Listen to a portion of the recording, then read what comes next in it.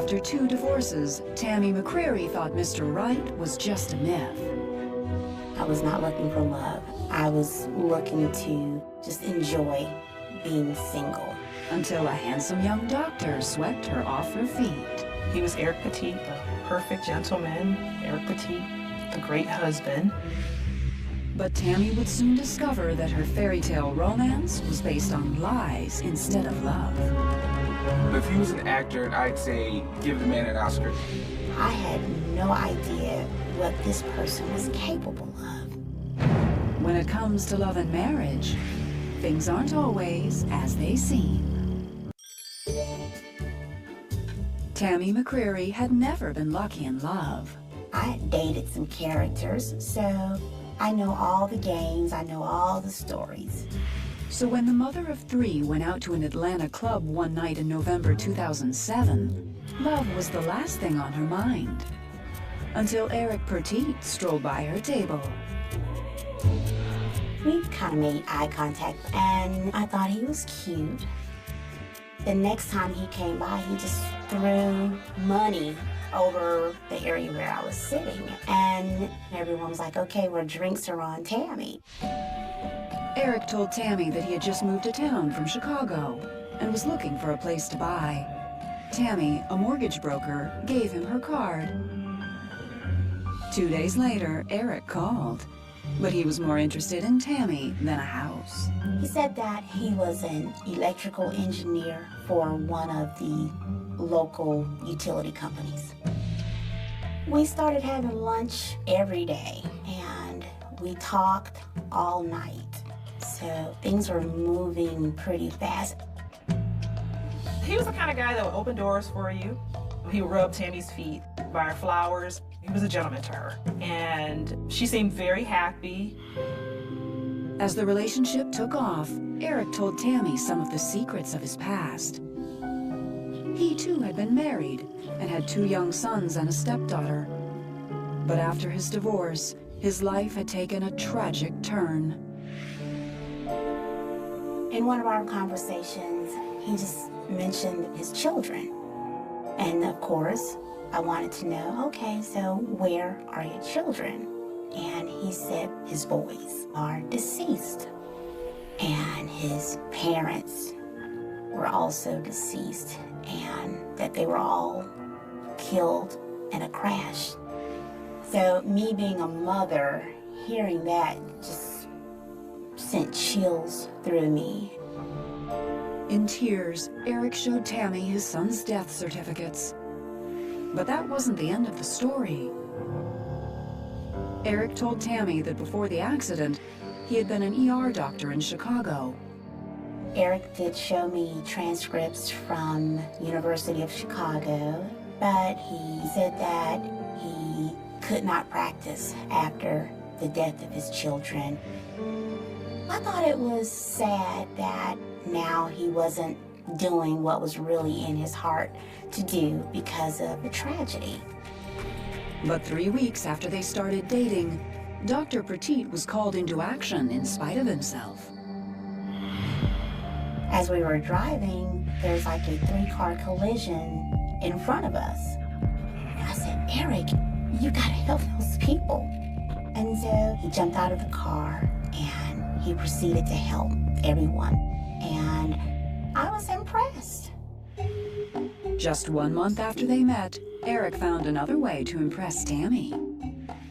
He asked her to marry him. I said yes, but I made it clear that before we did anything, I definitely wanted us to have counseling. But only 5 months later, Tammy would regret this leap of faith. On the night of May 18, 2008, at 6 p.m., the love of Tammy's life went in to work a night shift and never came home. For months, reliable Eric always let Tammy know where he was. Well, Eric always called me to see how I was doing. So this particular Sunday, it was really strange that I had not heard from him. The next morning, when Tammy still had no word from Eric, panic began to set in. So I called both cell phones. There was no answer. I waited a while and I tried the cell phones again. Still no response.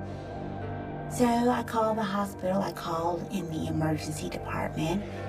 What Tammy heard next would tear her new life apart. Eric had been at the hospital that night, but there was more to his visit than Tammy could have ever imagined. I was at ground zero. I could not believe it. Eric was very smart, but I've always heard that it's a thin line between genius and insanity.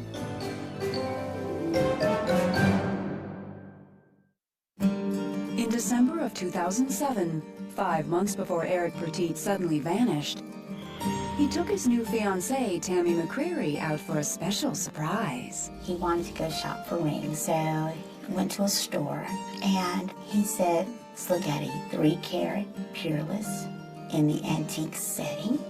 And the salesperson said, okay, this is $30,000. And I'm like, $30,000. So Eric says to him, well, just give me a day or two. But later that night, Eric got a devastating phone call. Well, I was sitting in the living room watching television with my mother, and Eric called her upstairs to speak with her for a second. Then I just heard a loud outburst. So I ran upstairs, and he was laying in my mother's lap, and he was crying very, very hard. Through his tears, Eric told Tammy that his 12-year-old stepdaughter had committed suicide. As Tammy tried to comfort Eric, he explained that his ex-wife had no money for her funeral. He was told that it was gonna take $30,000 to cover the service, and he needed to take care of it. And I mean, I understood. And so I told him, we'll deal with the ring later. Tammy suggested that Eric move in with her so he wouldn't be alone. But not everyone thought it was a good idea. Everything was just coming all of a sudden, so I didn't trust him very much at all. I was like, you meet this guy who's not even from Atlanta, he's just moved here from Chicago, his family's dead. I said, what if he killed his family? Tammy may have been in love, but she had 3 children to protect. So she decided to get Eric checked out. I contacted a friend of mine who has a security firm, and I gave him Eric's information.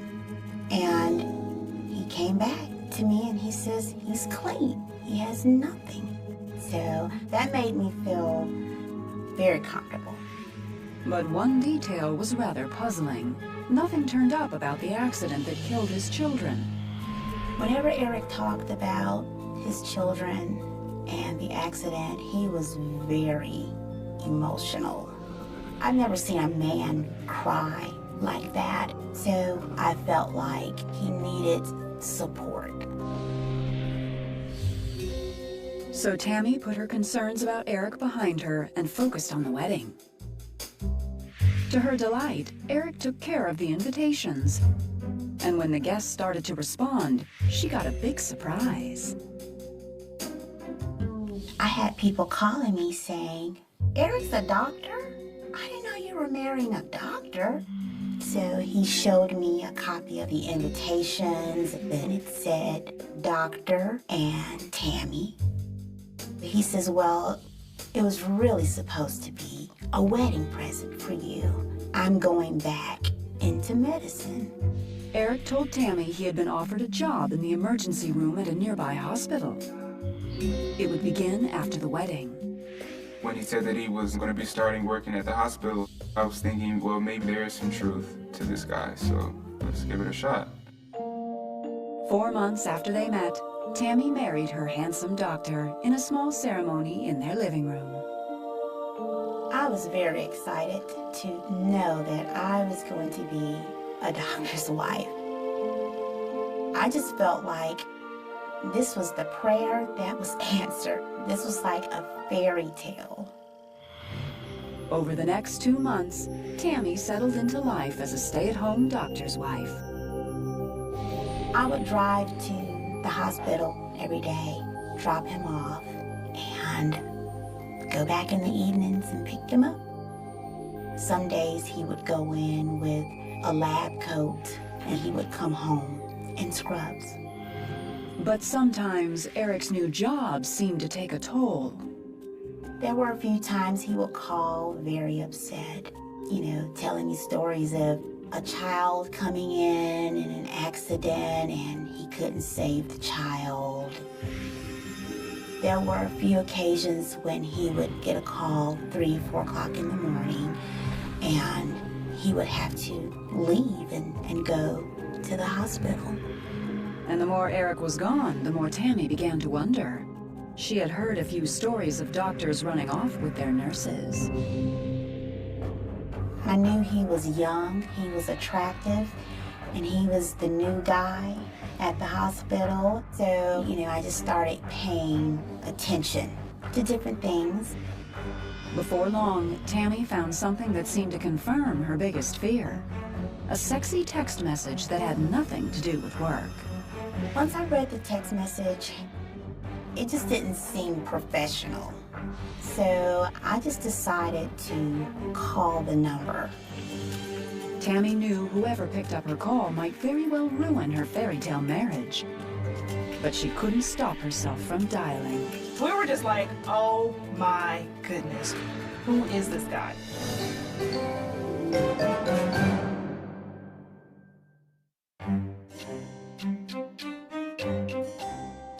Tammy McCreary sometimes worried that her new husband Eric might be too good to be true. So when she found a suspicious text on Eric's cell phone, she instantly feared the worst.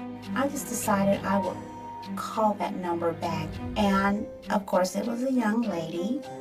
And she was like really friendly, like, hi. And I said, this is Eric's wife. Who are you?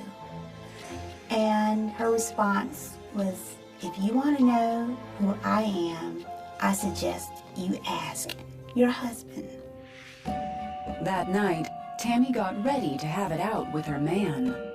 I waited about 30 minutes, and then Eric comes charging into the bedroom.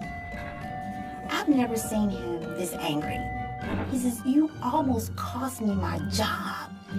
Do you know that was my superior that you called? And I just felt like some little teenager playing a little silly game. Ashamed that her snooping could have cost Eric everything, Tammy decided to trust her husband, for better or for worse. But less than 2 months later, that trust would be destroyed forever. On May 18th, 2008, the good doctor went in to work a night shift. But when the next morning arrived with no word from Eric, Tammy knew something was seriously wrong. I called both cell phones. There was no answer. So I said, well, I've never called the hospital, but I think I need to call today. Well, I called in the emergency department and they put me on hold. Then they came back and they said, ma'am, there's not a Dr. Petit here. And I said, okay, well, I know they can't possibly know all of the doctors, so I decided to call the cell phone back. And this time, I got an answer. So I asked for Dr. Petit. And the lady says, oh, are you talking about the guy that was using this cell phone? And I said, yes, because now I'm thinking, okay, finally, somebody knows Dr. Petit. But what the woman said next was the last thing Tammy expected to hear. She says, oh, well, you need to call security because that guy was arrested for impersonating a doctor last night. And I just lost it. Police were called when a nurse reported that a man she didn't recognize had been hanging around the emergency room. The man was Dr. Eric Petit, but the hospital had no idea who he was. He's dressed like a doctor from head to toe. He has a doctor's badge. He had taped his photo over the photo of the actual doctor on the badge. He had a prescription pad and some prescription drugs. And he was certainly getting around different controlled areas of the hospital. For weeks, Tammy's husband Eric managed to roam the hospital undetected. And surprisingly, he had just one motive for playing doctor. Most fraud cases involve people who are trying to get money. And it appeared that this guy was there to hit on women. One of the spokeswomen for the hospital said some of the female staffers described him as adorable. But if Eric had been playing doctor just to meet women, what else was he lying about? Tammy was determined to find out. Immediately, I just wanted to just start investigating everything that he had ever told me. I started going through his clothes. I was going through pockets, looking for pieces of paper, just anything. There was a duffel bag that was in the closet, and in the duffel bag, I saw papers. Eric's web of lies was far from over, and Tammy was about to learn just how far he would go to deceive her. I had no idea what this person was capable of. If you have a story of marriage gone wrong and would like to appear on this series, go to investigation.discovery.com. The day she found out her husband was arrested for impersonating a doctor, Tammy McCreary started her own investigation to find out who Eric Petit really was. I was so afraid that someone would come back and say, hey, his name isn't Eric Petit. I mean, I just did not know what to expect. Deep in Eric's duffel bag, Tammy uncovered another secret. A probation notice from the courts of Chicago. So at that point, I'm thinking like, wow, I figured it had to be bad. The probation officer explained to Tammy that Eric had been charged with check fraud, and there was a warrant out for his arrest. But then she heard something even worse. Did she confirm that he did have 2 children? I said, were they deceased? And she says, no, not that I know of. So I looked at the death certificate and I contacted the funeral home. And they had never heard of any persons in there with those names. The tragedy that had opened Tammy's heart to Eric was one of the most shocking lies of all. Eric had 2 sons by 2 different mothers, and both boys, along with his parents, were very much alive. What kind of man could lie about the deaths of his children? That lie really scared me because now I had no idea what this person was capable of. That really changed everything. It's one thing to just lie about your profession, but for him to say that his kids are dead, that is so heartless. Eric had faked it all. The death certificates, the medical school transcripts, even his stepdaughter's suicide. It seemed the only thing Eric hadn't lied about was his name. I wouldn't come out of the house. I didn't talk on the phone. I did nothing because I just could not believe that I allowed him to suck me into this with all those lies. Even Tammy's background check had failed her. She had used the information on Eric's driver's license, and it was phony too. Now, instead of feeling careful, she felt like a fool. I think her guards were totally down, which had not been that way for many, many years. And everything he had said, he had proven to her, so she had no reason to question. On December 15th, 2009, Eric Petit negotiated a deal and pled guilty to identity fraud and theft. He was sentenced to 42 months in prison. But before he went in, he apologized to Tammy on the local news. Tammy, you know, I'm very, very sorry for the things that I sent you through. There was no doubt Tammy's luck in love had run out. Today, Tammy McCreary has made many changes. She has a job she loves, and for the first time in years, she's the one making the decisions. My mom is doing wonderful today. I love this person that she has become. I am finally independent. I have my own life, and I'm just enjoying life. I'm enjoying my children. But there's one thing Tammy isn't doing: dating. As far as relationship, it's kind of like she's hit the delete button on that whole chapter. I believe that if someone was trying to ask her out, she wouldn't go out. I don't think that you could ever truly know someone. That is a very scary thought. But I will say, dismiss nothing. Things that seem to be small and little, don't dismiss it.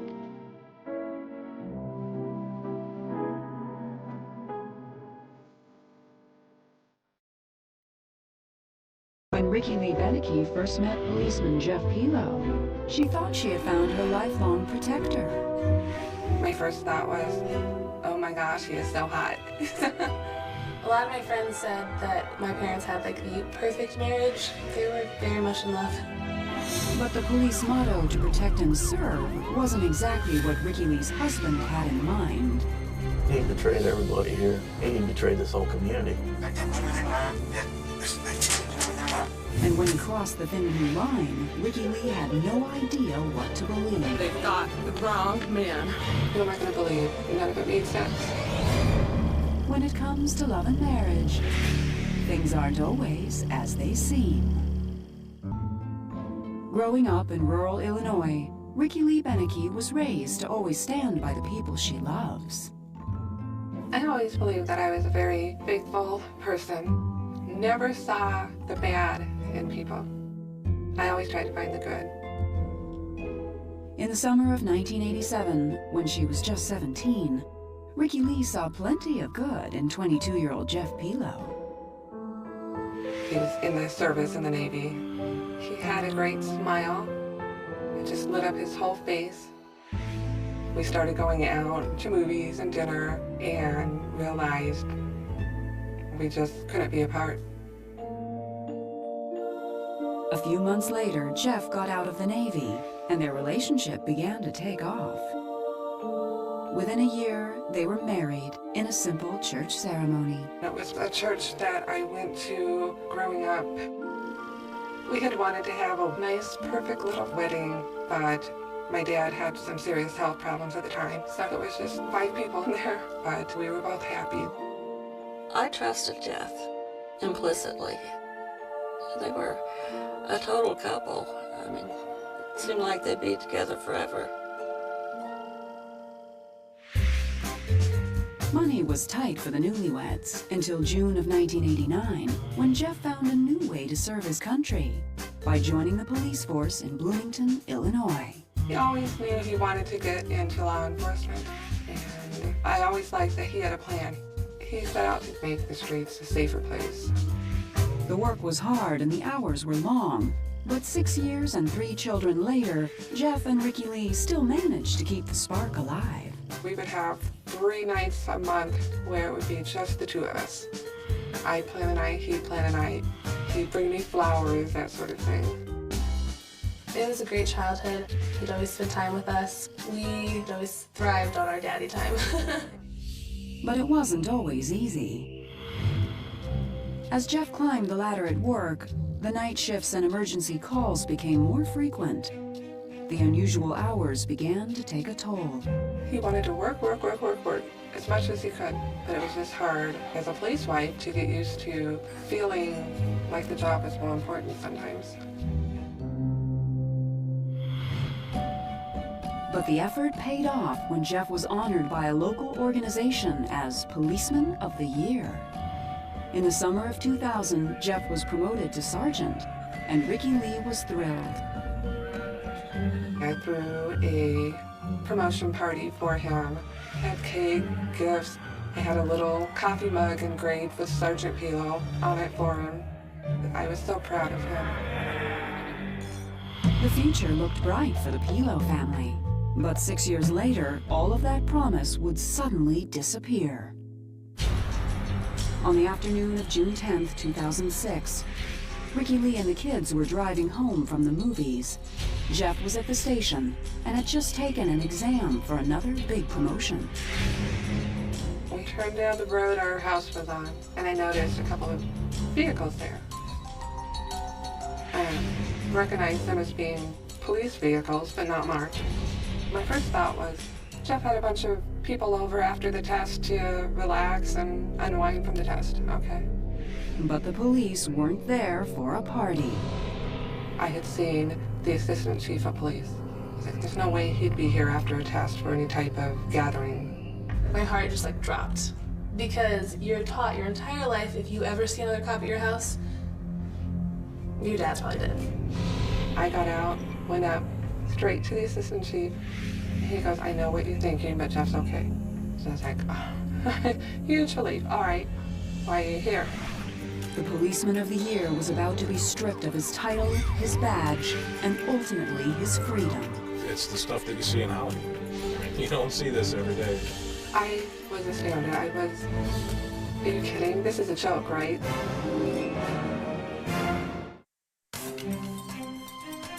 In the fall of 2002, 4 years before Ricky Lee Pilo arrived home to a house full of policemen, her husband Jeff was hard at work trying to advance his police career. Jeff's just not a laid-back type of person when it comes to work. When he works, he puts everything into it. I worked with him almost as closely as a partner. He seemed to be a good friend to people. He would go out of his way to help them. But at home, the Pilos' once solid marriage was on shaky ground. Jeff's career, always a source of pride, was now pulling them apart. I really started getting very frustrated with the job, with the amount of hours he was putting in, never being able to see him. I don't think that he really knew where to draw the line. As the stress built, Jeff started to take it out on Ricky Lee. He would come home from work. Oh my gosh, when's the last time this house has been clean? This house is a mess. At times, he could even be cruel, making fun of a hearing defect she was born with.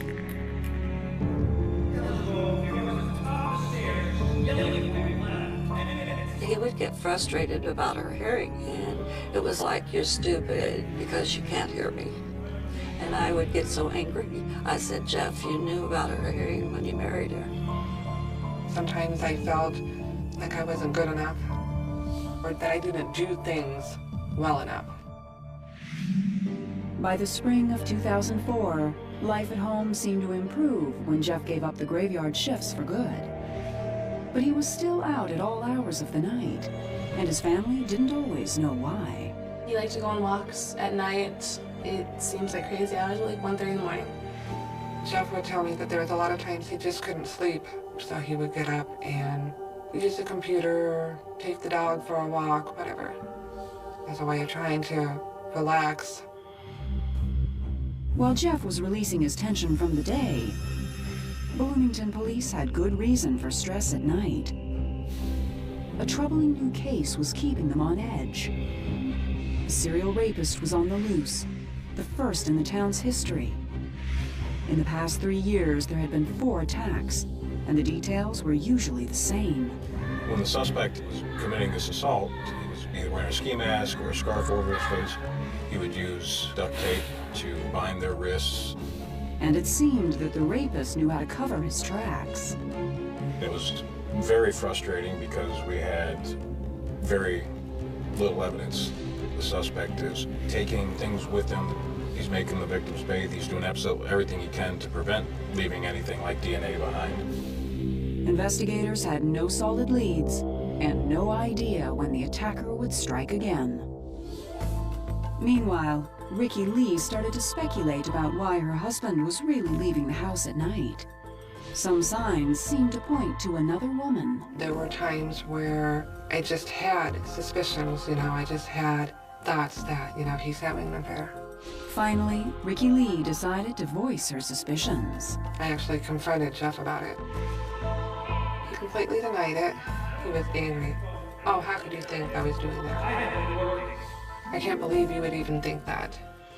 An affair would have been devastating, but the real reason behind Jeff's late-night forays would be far worse. I wasn't prowling around anyone's windows. I wasn't prowling around at all.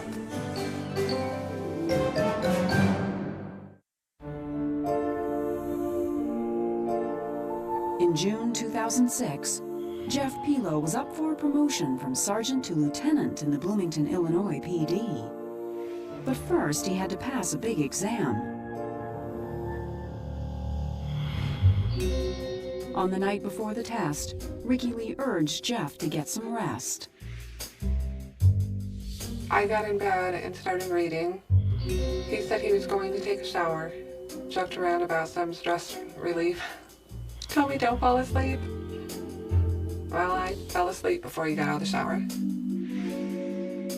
And I remember waking up very early in the morning, and he was laying in bed next to me asleep. Meanwhile, that same night, the Bloomington police were about to get an unexpected break in their serial rape case. Shortly after midnight, a 911 call came in from the edge of town.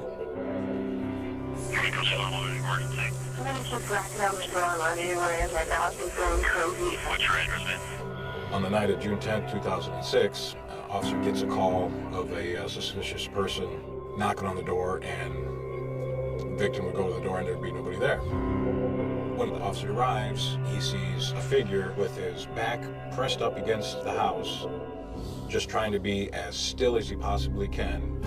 He calls out to the person, "Hey you, come here, please, I need to talk to you." And the person turned around and walked away.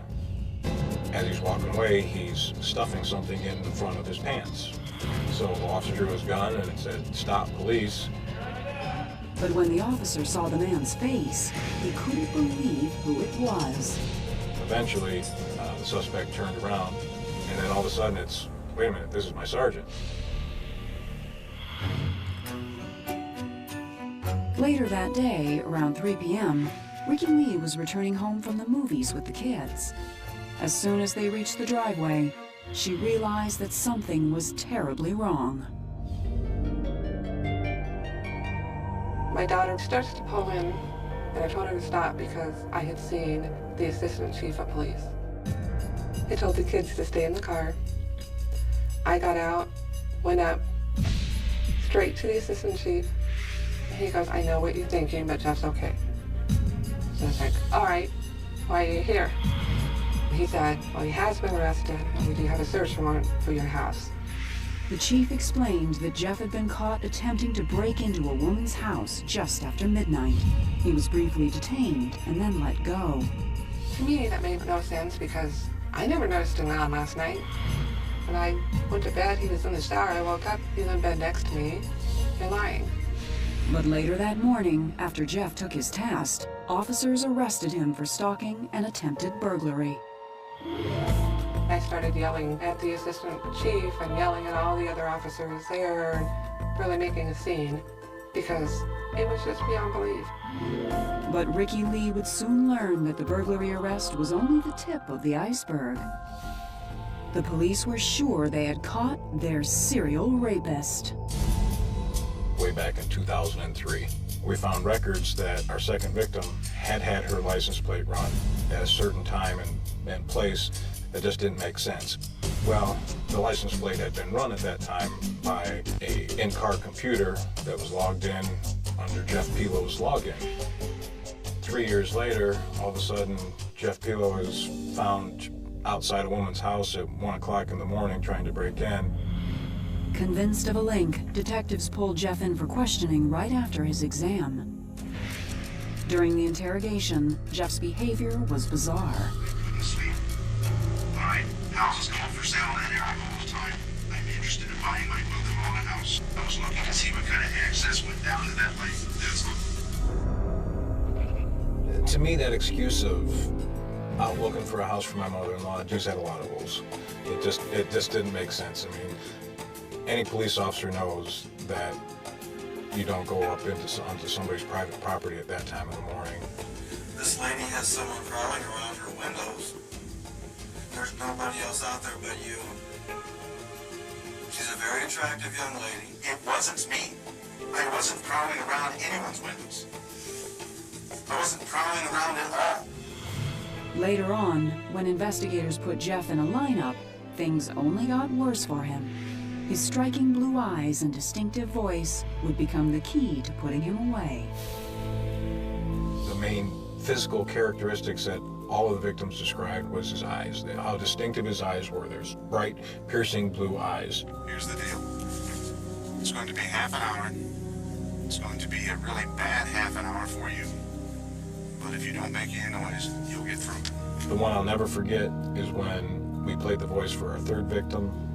She literally curled up into a fetal position, pulled into the wall as soon as she heard his voice and said, "That's it, that's him." As the case built around Jeff Pilo, one person still couldn't believe he was capable of such terrible crimes. I know without any doubt in my heart that my husband is completely innocent of all these charges. Ricky Lee stood by her husband, denying the charges to anyone who asked. But police had searched her home and found something so damning that it would shake even Ricky Lee's faith in Jeff. Jeff says he's innocent. I've always stood by him. It was driving me insane. Everything fell right in line. All the pieces to the jigsaw puzzle fell together.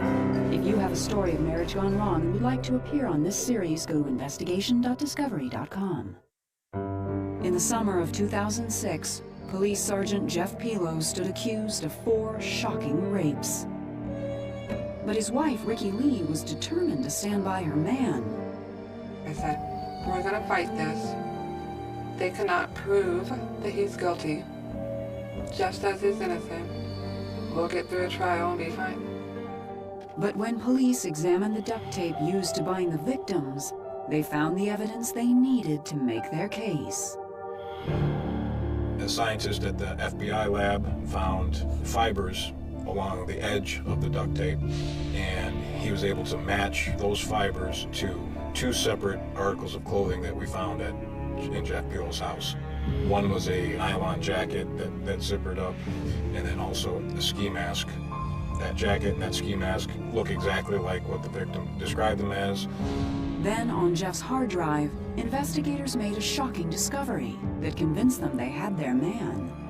We were able to find pornography on his computer that it wasn't just run-of-the-mill porn, it was searches for brutal rape. There were images of uniformed people committing rapes. Everything fell right in line. All the pieces to the jigsaw puzzle fell together. Detectives learned that Jeff's attacks had followed the same pattern. He stalked his victims for months, using police resources to access personal information. Then he waited until the women were home alone at night and broke in. The attacks lasted for hours, and when Jeff was finally finished, he carefully took the evidence with him. Can't explain to anybody what it's like to sit in one of those small interview rooms with the victim and go over 4 hours of her life when he was doing these things to him. Still, Ricky Lee's faith in her husband was unshakable. Without any DNA evidence, she clung to the hope that investigators had gotten it all wrong. As far as the ski mask and the gloves and the code, in a house full of kids, every house I'm sure you can go find the same exact items in. Jeff was the most sweetest, loving person. He never laid a hand on the kids or I in any way, shape, or form. It's like, this is just a bad dream. On May 12, 2008, Jeff's trial began, and Ricky Lee sacrificed everything she had to defend him. We had nothing. My retirement was gone. Our savings, gone. Credit cards all maxed out. Sold the house, all for lawyers. But it wasn't enough to set Jeff free. A month later, a jury found the former Policeman of the Year guilty on all charges. The jury came back and started saying, guilty. I just couldn't believe it. I felt like I died. That was the end of my life. Despite a letter from Ricky Lee appealing for leniency, the judge threw the book at Sergeant Jeff Pelo. He was sentenced to 440 years in prison. The community looks towards their police officers to help protect them. And, you know, he put everybody here in a bad light, without a doubt. He betrayed everybody here. He betrayed this whole community. I was just an emotional wreck because this nice, perfect little, wonderful family and life that we had all had was now completely shattered. And I just could not make any sense out of anything. Today, Ricky Lee has a new apartment, a new job, and a new outlook on life. I've made a lot of changes in my life, and really, I'm happy. I'm at peace, if nothing else. After years of questioning, Ricky Lee has finally admitted that Jeff may not be innocent, but she's still not absolutely sure that he's guilty. I gave up on trying to figure it out. It was driving me insane. Jeff says he's innocent. I've always stood by him. I want to believe that, but now I've stopped trying to figure it out, and I am just doing what I can for me to survive and go on. I love him. There's not a day that goes by that I don't think about him. But I want to know the truth. If this really did happen, come out and say everything, come clean. I just want to be able to know something. Although Ricky Lee and Jeff remain legally married, she considers their union over. Well, I'm sad on one hand because I always dreamed that marriage is forever. I also know that while I love Jeff, I always have, I always will. But we don't have a marriage.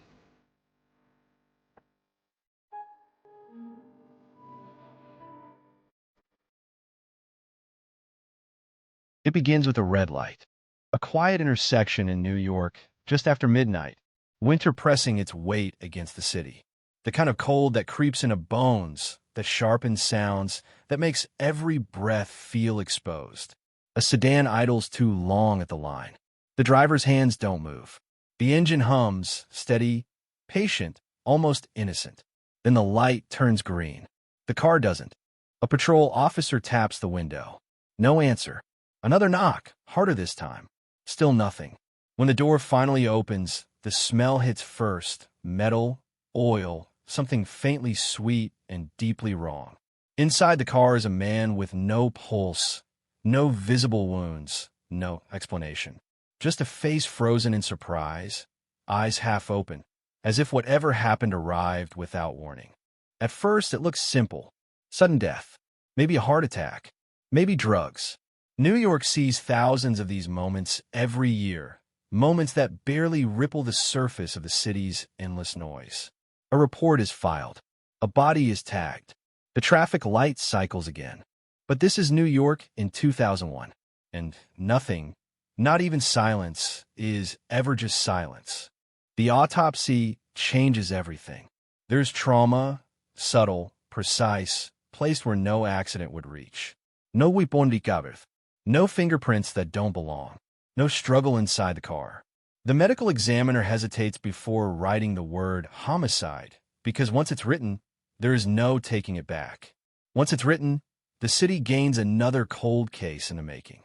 The victim's name is Daniel Harper, 36 years old, no criminal record, works in finance, mid-level, forgettable on paper, divorced, no children, a man who existed mostly in routines. Same coffee shop, same subway entrance, same route home every night. The kind of man no one expects to become a headline. The kind of man who disappears quietly, leaving behind a life that looks intact until you start pulling at the seams. His apartment tells a careful story. Bed made, dishes clean, no sign of panic, no sign of haste. Wallet on the counter, phone plugged in, fully charged. The last call on the log is unanswered. A voicemail left, never listened to. His keys are missing. Not lost, missing. Taken. Detectives walk the room slowly, as if speed might erase something fragile. They photograph everything. The light switches, the trash, the mail stacked neatly by the door. Nothing screams violence. Nothing confesses. The apartment holds its breath. Neighbors remember almost nothing. He was quiet, polite, home late, gone early. One woman recalls hearing footsteps in the hallway around 10 that night, heavier than usual, maybe 2 sets instead of 1. Another swears she heard arguing, but can't remember the words, only the tone, sharp, controlled, like someone trying not to be overheard. No one saw a struggle. No one saw a stranger. No one saw anything they're willing to swear to. Security cameras in the building are old, grainy, unreliable. One camera skips 6 minutes at exactly the wrong time. Another captures a shadow that could be anyone or no one at all. A figure enters the lobby. A figure leaves. Faces dissolve into pixels. Time fractures. The car becomes the next obsession. The sedan is towed, stripped, examined inch by inch. No blood. No fibers. No weapon. Just a faint scuff on the steering wheel and a dent so small it could be dismissed, except it wasn't there before. The dent suggests pressure, a sudden force, something that happened fast. Police reconstruct Daniel's final hours. Left work at 8:47 p.m., bought a sandwich at a deli 2 blocks from his office. The cashier remembers him because he paid in exact change. Walked to the parking garage. Drove out at 9:03. After that, the timeline dissolves. His phone stops pinging towers at 9:26. By 12:11 a.m., he's dead at a red light, 3 miles from home, on a route he never takes. That route becomes a question no one can answer. Friends are interviewed. Coworkers. His ex-wife. Everyone agrees on one thing. Daniel wasn't afraid of anything. He didn't talk about enemies. He didn't complain about threats. He didn't think he was in danger.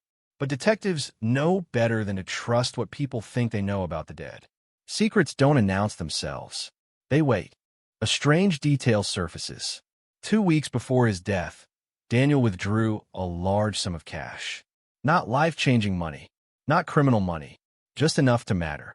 When asked, his bank offers no explanation. The teller remembers his face, remembers his hands shaking slightly as he signed the slip. Stress, she assumed. Everyone in New York is stressed. The cash is never found. Then there's the voicemail. The unanswered call. A man's voice distorted by static, clipped, impatient. No name given. No number attached. Just a sentence that refuses to make sense. You don't get to walk away like this. The message ends before Daniel can respond. Detectives play it again and again. They slow it down, speed it up, run it through filters. The voice remains anonymous, floating between certainty and guesswork. Too calm to be drunk. Too controlled to be random. Someone who knew Daniel well enough to be angry. Someone who believed something was owed. Weeks turn into months. Leads arrive and collapse. A former business partner is questioned, then cleared. A neighbor with a temper has an alibi. A road rage theory dies when no matching reports surface. The case begins to cool, the way all cases do when answers refuse to appear. Paper piles up. Phones stop ringing. Daniel Harper becomes another name filed under unsolved. And then the city changes. September comes. Everything changes. New York holds its breath for different reasons now. Resources shift. Priorities harden. Daniel's case slips further into the background, eclipsed by tragedies too large to ignore. His file gathers dust while the city learns new ways to grieve. But cold cases don't stay quiet forever. They wait. Years later, a detective will open that file again because of a routine traffic stop. A different night. A different officer. A car pulled over for a broken taillight. A driver too nervous for a simple warning. A name that triggers something buried deep in memory. A detail that doesn't belong. But for now, in 2001, the red light cycles. The intersection clears. The city moves on. And somewhere in New York, someone knows exactly what happened inside that car, and knows that for the moment they got away with it. The case is cold. The silence is loud. And the truth is still breathing. The city doesn't remember Daniel Harper. Not the way it remembers sirens, or headlines, or smoke rising where it shouldn't. But somewhere in a filing cabinet downtown, his name still exists, typed in black ink on yellowing paper, a life compressed into dates, addresses, and unanswered questions, waiting for someone restless enough to pull the drawer open again. In the months after his death, detectives keep working the case out of habit more than hope, chasing the echo of a man who left almost nothing behind. And the deeper they dig, the more they realize how carefully ordinary his life had been, how expertly he blended into the background of New York, until the night he didn't. Daniel's job becomes the first long tunnel they walk into. Finance, mid-level, the kind of role that never makes the news but touches money that does. His office is all glass and steel, overlooking a street that never stops moving. Coworkers describe him as reliable, quiet, competent, not ambitious enough to step on toes, not careless enough to raise alarms. But money has a way of creating invisible conflicts, and detectives start mapping transactions, projects, internal disputes that never made it into HR reports. There are late nights logged into company systems, spreadsheets accessed outside normal hours, files opened and closed without explanation. Nothing illegal, nothing obvious, just enough irregularity to suggest Daniel knew something he wasn't supposed to know, or was preparing for something he didn't tell anyone about. A supervisor mentions a tense meeting 3 weeks before Daniel died. Closed door, voices raised. When pressed, the supervisor backtracks, says it was probably nothing, stress, deadlines, and of quarter pressure. But another employee remembers seeing Daniel afterward, standing alone by the elevators, staring at his reflection in the polished metal doors as if trying to recognize himself. That detail sticks. People don't look at themselves like that unless something has shifted. Detectives request internal emails. The company complies, reluctantly, redacting where it can. Most messages are mundane, sterile, corporate language stripped of emotion. But buried in the archive is a short exchange, never replied to, sent from Daniel's account at 11:38 p.m. 2 nights before he died. No subject line, just one sentence. I can't be the only one pretending this isn't a problem. The recipient's name is blacked out. The context is gone. The meaning hangs in the air like smoke. The money withdrawal resurfaces. Daniel took out nearly $20,000 in cash, spread across 2 transactions, one in the city, one in a suburb he rarely visited. Surveillance footage from the suburban bank shows him standing in line, coat zipped to his chin, eyes scanning the room. He looks over his shoulder twice. He doesn't smile at the teller. When he leaves, he doesn't head straight for the parking lot. He waits by the doors, pretending to check his phone, until another customer exits first. Paranoia or caution. Either way, it's new. Detectives track the serial numbers. Some of the bills later surface in circulation. Grocery stores, gas stations, bars. Nothing traceable to Daniel or his circle.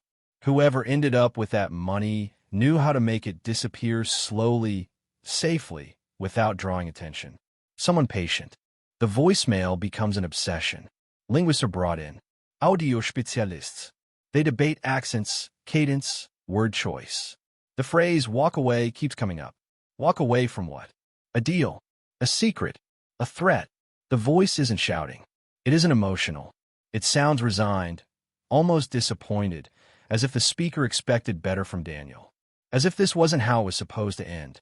Investigators canvass Daniel's personal life more aggressively. His ex-wife, Laura, has rebuilt her life in another state. She sounds genuinely shocked when told the case is still open. She remembers Daniel as stubborn, principled to a fault. He hated confrontation, but refused to compromise once he believed something was wrong. She mentions an argument shortly before their divorce, something about lines you don't cross. At the time, she thought he meant fidelity, loyalty, marriage. Now she isn't so sure. Friends talk about a change in him during the last month. He drank more, slept less, asked odd questions, hypotheticals. What would you do if you found out someone you trusted was lying? How far would you go to protect your reputation? Would you ever disappear if you thought it was the only way out? They laughed it off then. Everyone jokes about starting over. No one jokes about dying at a red light. The route he took the night he died is retraced again and again. Detectives drive it at different times, different days, looking for logic where none seems to exist. It bypasses his apartment, cuts through industrial streets, poorly lit, sparsely trafficked at night. It passes a warehouse district where security cameras are scarce and witnesses even scarcer. It is not a wrong turn. It is deliberate. Someone directed him there, or he was meeting someone there, or he was trying to lose someone following him. Each possibility opens a different door, and behind each door is darkness. Then there is the dent on the steering wheel. Small, shallow, overlooked at first. A forensic specialist revisits it months later, after reviewing photos with fresh eyes. The angle suggests impact from inside the car, not outside. A sudden force toward the driver. Not a crash, not a collision. Pressure applied quickly, decisively. The specialist pauses before saying what everyone is thinking. It could be consistent with a blunt object wielded close with precision. Something that could be concealed. Something brought into the car deliberately. No weapon is ever found. By the end of the first year, the case is officially classified as cold. Detectives are reassigned. Leads dry up. Daniel's family stops calling as often. Grief hardens into something quieter, heavier. His apartment is cleaned out. His name is removed from mailing lists. The city forgets him in the way cities forget most people, efficiently, without malice. But time does strange things to the truth. It erodes some details and sharpens others. And somewhere in the background, threads continue to move. In 2006, a man is arrested in Brooklyn on unrelated fraud charges. During questioning, he mentions Daniel Harper's name casually, as if expecting recognition. The detectives interviewing him don't react. They jot it down. Later, when the name is flagged, Internal Affairs checks the transcript. The suspect claims Daniel owed him money, claims Daniel didn't keep his word. When pressed for details, he clams up, asks for a lawyer. By the time investigators circle back, the man has taken a plea deal and been transferred. The lead evaporates. In 2010, a tip comes in from an anonymous caller. The voice is distorted electronically. The caller says Daniel was planning to go public with something big, something that would have ruined people more powerful than him. The caller refuses to say what, refuses to say how they know. They hang up after delivering one final sentence. He thought the city would protect him. The number is untraceable. The call becomes another ghost in the file. Years pass. Technology advances. Evidence that once meant nothing gains new potential meaning. Digital footprints linger longer. Patterns emerge where none were visible before.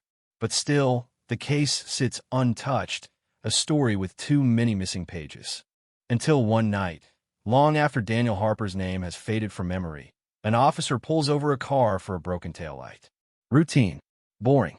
The kind of stop that barely registers. The driver's hands tremble as he hands over his license. His name triggers a flicker in the officer's mind, a half-remembered briefing, a cold case mentioned once in passing, a name that doesn't belong in this moment, in this car, on this quiet street. The officer doesn't know it yet, but the silence is about to break, and Daniel Harper's red light is about to turn green. The patrol car's lights wash the street in red and blue, color bleeding across wet asphalt, reflecting off storefront windows already dark for the night. It's nothing dramatic, nothing that would ever make the news. A broken taillight, a reason to pull someone over. The officer approaches the driver's side with the muscle memory of 1,000 identical stops, one hand resting near the radio, eyes scanning for movement that doesn't belong. The driver keeps both hands on the wheel, fingers clenched tight enough for the knuckles to pale. Too tight, too still. His name is Michael Levin, 42, clean record, lives in Queens, works logistics. The license checks out. The registration checks out. Everything looks fine, except the man behind the wheel is breathing like he's just finished running. The officer asks a simple question. "You okay tonight, sir?" Michael nods too fast, says yes too quickly, avoids eye contact, then overcorrects, staring straight ahead like the windshield might offer instructions. When the officer mentions the taillight, Michael swallows hard and laughs, a brittle sound that doesn't land. "Didn't know," he says. "I'll fix it tomorrow." Routine stops end here. A warning. A polite goodbye. But something about the way Michael says tomorrow makes the officer hesitate, just long enough to notice a dark scuff on the steering wheel. Small, easy to miss, almost identical to a dent seen once before, years ago, in a case file that never quite left the officer's mind. A dead man at a red light. A steering wheel marked by sudden force. The officer asks Michael to step out of the car. Outside, the cold air hits hard. Michael shivers, though it isn't that cold. His hands shake as he zips his jacket. The officer asks where he's coming from. Michael answers with an address, then corrects himself. Says he misspoke. Long day, traffic, stress. Each word sounds rehearsed, stacked carefully on top of the last. When asked where he's headed, Michael pauses. Too long. Home, he says finally. It's the most common answer in the world, and somehow it feels wrong. Dispatch runs the name again. This time something pings. Not a warrant, not a bolo, just a note buried deep in the system. Person of interest, Harper D. 2001. Old, cold, easy to ignore. The officer doesn't ignore it. Michael notices the change immediately. The slight stiffening. The longer glance. Is there a problem? He asks, voice cracking just enough to betray him. The officer says no, not yet, and asks permission to take a look inside the car. Michael hesitates. Says sure. Too sure. The interior smells clean, aggressively so, like disinfectant layered over something older. The officer spots a folded map in the glove compartment, edges worn, creased along a route that cuts through an industrial district Daniel Harper drove the night he died. The same streets, the same turns. The officer doesn't say anything. He doesn't need to. Michael's eyes are already following his gaze. They find nothing illegal. No weapon, no blood, no obvious reason to escalate. But the officer writes a citation instead of a warning, buys time, keeps Michael standing there longer than necessary. He asks one last question, almost casually. Did you know a guy named Daniel Harper? The pause is microscopic, barely there, but it exists. And in police work, pauses are everything. Michael shakes his head. No, he says. Never heard of him. His voice is steady now. Too steady. The officer lets him go. 2 days later, the officer pulls Daniel Harper's file from storage. Dust puffs into the air when it opens, the smell of paper and time. He rereads the reports, the autopsy, the notes scribbled in margins by detectives who've long since retired or moved on. He stares at the photos of the steering wheel dent, the route map, the voicemail transcript. Then he pulls up Michael Levin's information and starts lining things up side by side. The addresses are close. Too close. In 2001, Michael lived less than a mile from Daniel. Their paths would have crossed daily. Same streets, same gas stations, same late-night diners. Their work histories overlap in a way no one noticed before. Different companies. Same clients. Same contracts. Same shadowy third parties that never appear on letterhead.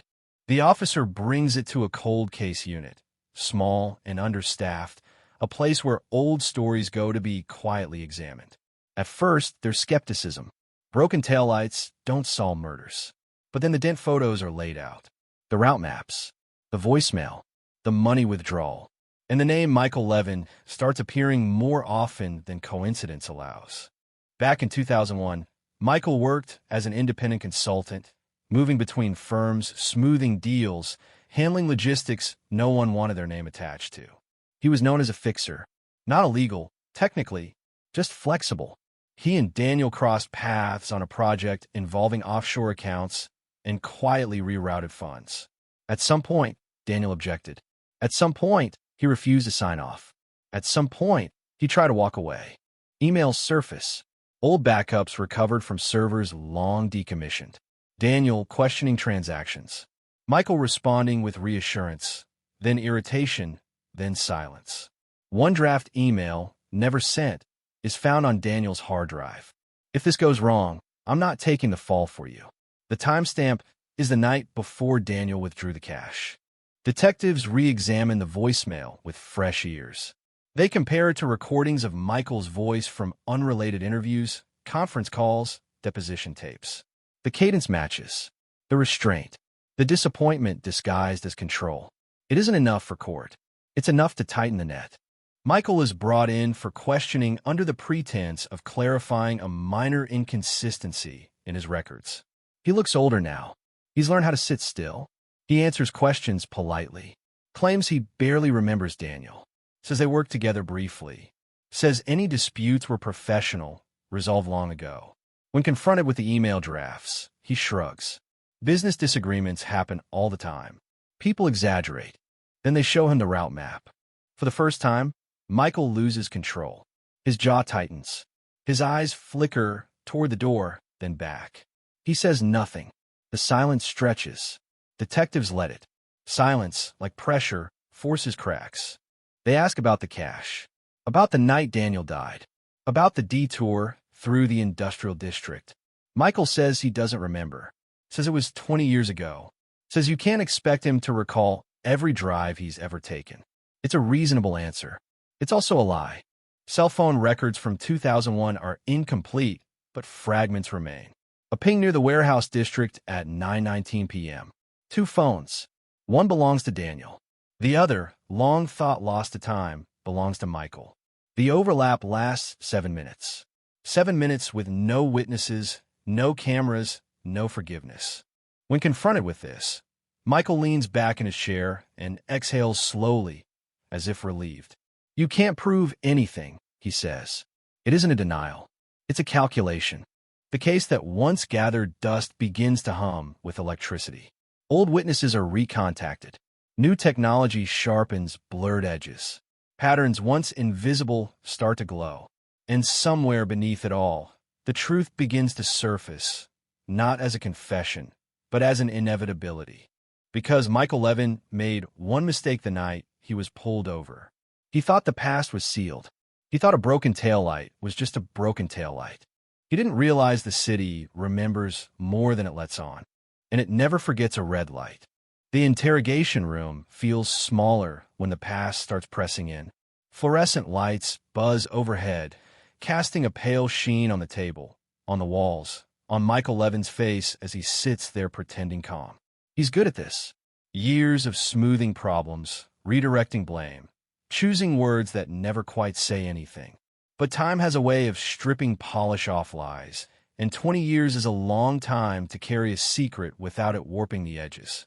Detectives don't push right away. They let the silence do the work.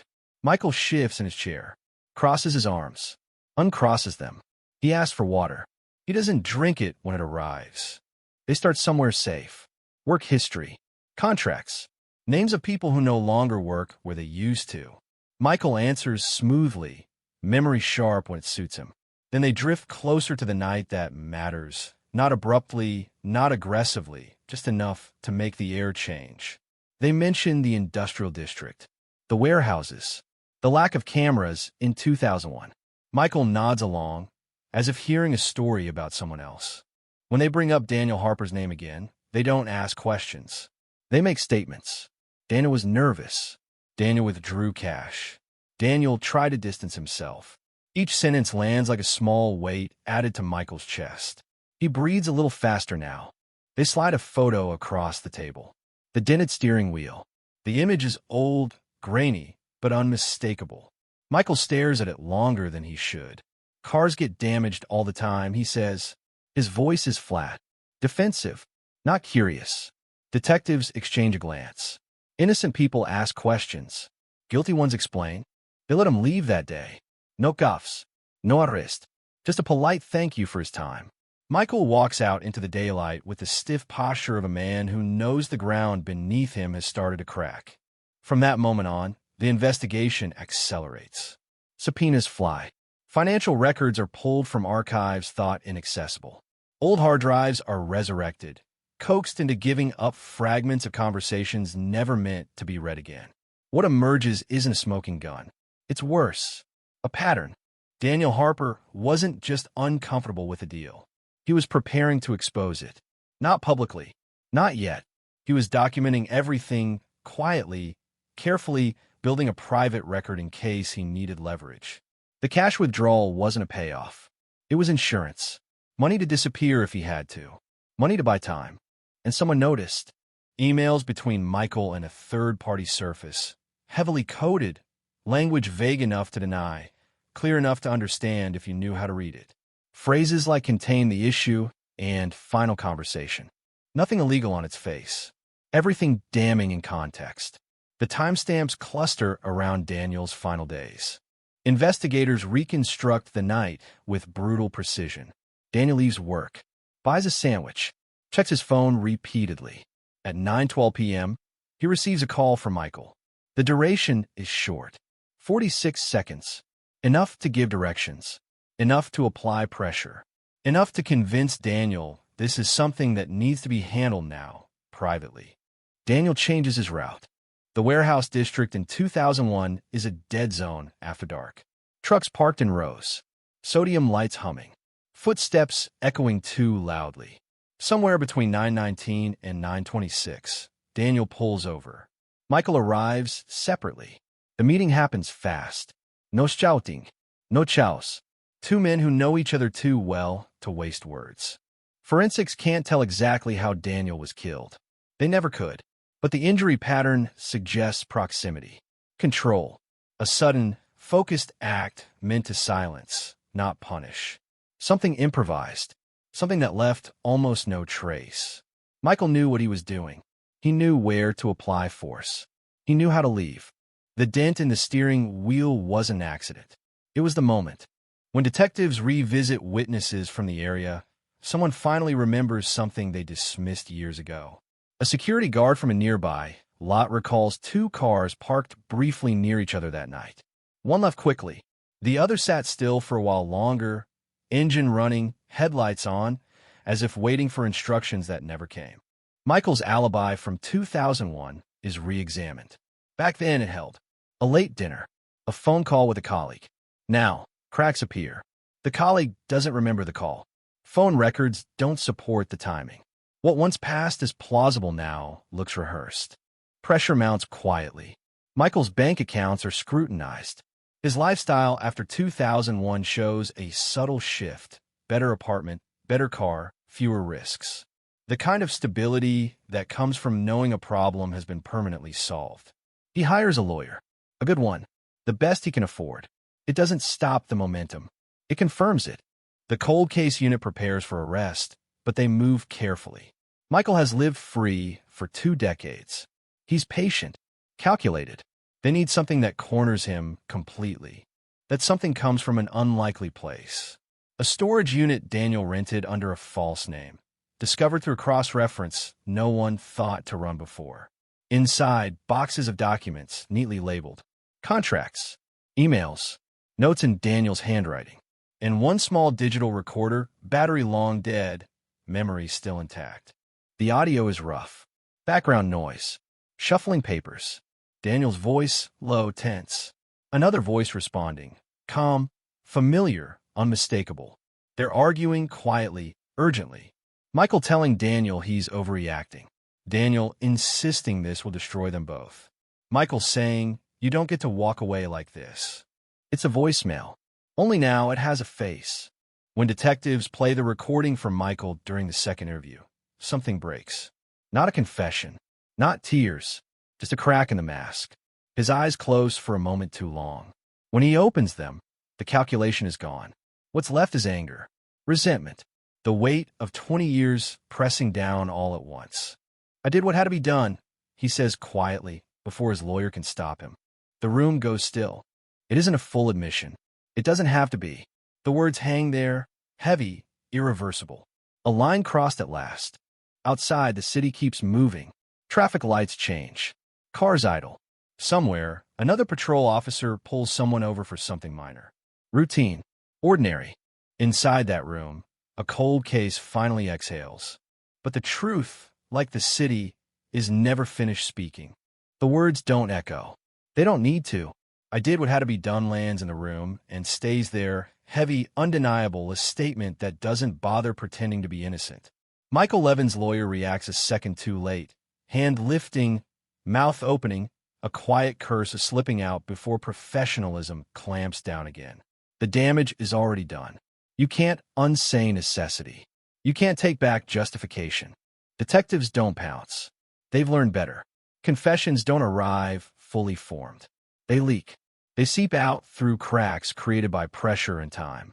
They let Michael sit with his own words, let him hear them replayed in the silence between breaths. His jaw tightens. He stares at the tabletop as if the grain might rearrange itself into an escape route. They end the interview politely. Too politely. Michael leaves with his lawyer, shoulders hunched now, movements smaller, as if the room took something from him he hadn't planned on giving. Outside, cameras haven't arrived yet. There are no headlines, no sit-ins, just a man stepping back into a city that suddenly feels less forgiving. Behind closed doors, the case shifts gears. Prosecutors are brought in. The old evidence is reassembled with new intent, no longer an academic exercise, but a blueprint. They argue late into the night about charges, about risk, about whether 20-year-old facts can still carry the weight of a modern courtroom. Michael's statement alone isn't enough. It's suggestive. It's powerful. It's not a conviction. They need to make the past speak louder. Forensic analysts revisit everything. The autopsy photos are scanned with updated software. Microfractures are mapped. Pressure points reanalyzed. A clearer picture emerges, one that was always there but couldn't be articulated before. Daniel wasn't attacked randomly. He was restrained, controlled. The injury was delivered with precision, not rage. This wasn't an accident. It was a decision. Financial analysts trace money flows with tools that didn't exist in 2001. Offshore accounts, once considered opaque, now flicker into partial visibility. Shell companies collapse into each other like paper houses when algorithms connect names, addresses, signatures. Michael's name appears again and again, never in bold, never in isolation, always just enough to guide funds where they needed to go without leaving fingerprints. Daniel's documents from the storage unit become central. His notes are meticulous, almost obsessive. Dates, times, names written in shorthand only he fully understood. Margins filled with questions, underlines growing heavier as the days pass. In the final pages, the handwriting changes. Tighter, angrier. One sentence is circled 3 times. If I disappear, it wasn't my choice. That line chills everyone who reads it. Witnesses are reapproached, this time with context. The security guard's memory sharpens further. He remembers one of the cars now, a dark sedan with a dented taillight. At the time, he thought nothing of it. Now, with photos in front of him, he nods slowly. Yeah, he says, that looks right. Michael's colleagues from years ago start talking. Not because they suddenly grow consciences, but because time has shifted alliances. Old loyalties rot. People retire. People get sick. People decide they're done protecting ghosts. One former associate recalls Michael being furious the week Daniel died, pacing, muttering about loose ends. Another remembers Michael canceling meetings abruptly, claiming a family emergency that never quite lined up. The narrative tightens. The gaps shrink. When Michael is arrested, it's quiet. No dramatic takedown. No cuffs slammed onto hoods in front of flashing lights. He's picked up at his apartment early in the morning, before the city fully wakes. He doesn't resist. He doesn't ask why. He just nods, as if this moment has been sitting on his calendar for 2 decades. News breaks later that day. Headlines ripple across screens. 2001 cold case murder reopened. Traffic stop leads to arrest in decades-old killing. Daniel Harper's name resurfaces, unfamiliar to most, devastating to a few. His family learns the news from a phone call that starts shaking halfway through the first sentence. In court, the case unfolds slowly, deliberately. Prosecutors lay out the story piece by piece, careful not to rush, careful not to assume jurors will fill in blanks the way detectives have. They show the route maps, the emails, the audio recording. They play Michael's own words back to him, stripped of context, stripped of control. I did what had to be done sounds colder under oath. The defense argues doubt, memory decay, coincidence. They remind the jury that there's no weapon, no eyewitness to the act itself. They suggest Daniel was paranoid, unstable, that he put himself in danger. They suggest the city wants closure more than truth. Then the prosecutor plays the recording from the storage unit again, this time side by side with the voicemail, audio waveforms aligned, voices matching in rhythm and tone. The similarity is unmistakable. Michael looks down. He doesn't look up when the jury listens. The trial stretches on. Days bleed into weeks. The jury hears about red lights and wrong turns, about quiet meetings and loud silences. They hear about a man who tried to walk away and another who wouldn't let him. They hear about a city that kept moving while one life stopped in a car at an intersection no one remembers. When a verdict comes, it's swift. Guilty. There's no gasp in the courtroom. No outburst. Just a collective exhale that's been waiting 20 years to happen. Daniel Harper's family holds hands. Michael Levin stares straight ahead, expression unreadable, as if still calculating outcomes in a game that's already ended. Sentencing follows. The judge speaks about choices, about consequences, about how time doesn't erase harm. It just delays justice. Michael is led away, another face disappearing into the system. His name destined to become a footnote in a story that once consumed everything. Outside, cameras flash. Reporters talk about closure, about resolution, about a cold case finally solved. But for the people who lived inside that silence for 2 decades, nothing feels finished. Because the truth, once exposed, doesn't bring peace. It brings weight. And somewhere in New York, a traffic light turns red again, holding cars in place for a few seconds longer than they want, reminding everyone that sometimes stopping is where everything goes wrong. The verdict doesn't end the noise. It rearranges it. Inside the courthouse, the echo fades quickly, swallowed by polished stone and procedure. But outside, the story takes on a second life. Louder, messier, shaped by headlines and sound bites that flatten 20 years into a paragraph. Cameras catch Daniel Harper's sister blinking into the light, her face composed in the way grief learns to be when it's been rehearsed for decades. Michael Levin is led through a side door, shoulders squared, expression neutral, as if neutrality itself might still serve him. In the days that follow, the city debates.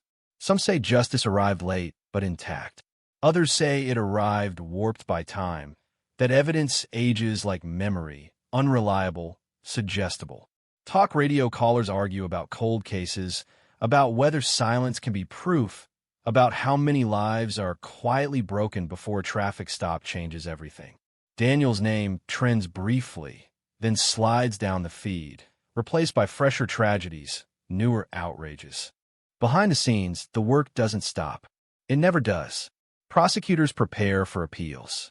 Defense attorneys file motions, pointing to procedural cracks, to the absence of a weapon, to the danger of retrofitting meaning onto old facts. They argue that Michael's statement was coerced by implication, that the recording was ambiguous, that coincidence has been dressed up as inevitability. The law listens patiently. The law always does. Daniel's documents are cataloged, digitized, archived. Every note he left is scanned, preserved, reduced to data. Investigators read them again, this time without urgency, and something new emerges in the margins. Not evidence, but fear. A man realizing, too late, that knowing the truth doesn't protect you from it. A man trying to outpace a system designed to move slower than danger.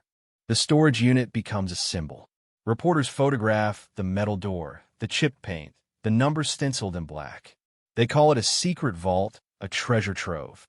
In reality, it's small, cramped, almost pathetic in its ordinariness. A place where someone hoped paper could stand in for safety. It couldn't. Michael's world contracts rapidly. Accounts frozen. Property reviewed. Old associates stop returning calls. Some distance themselves publicly, issuing statements about being shocked, about having no knowledge of wrongdoing. Privately, a few feel something closer to relief. Loose ends finally tied. A risk finally removed.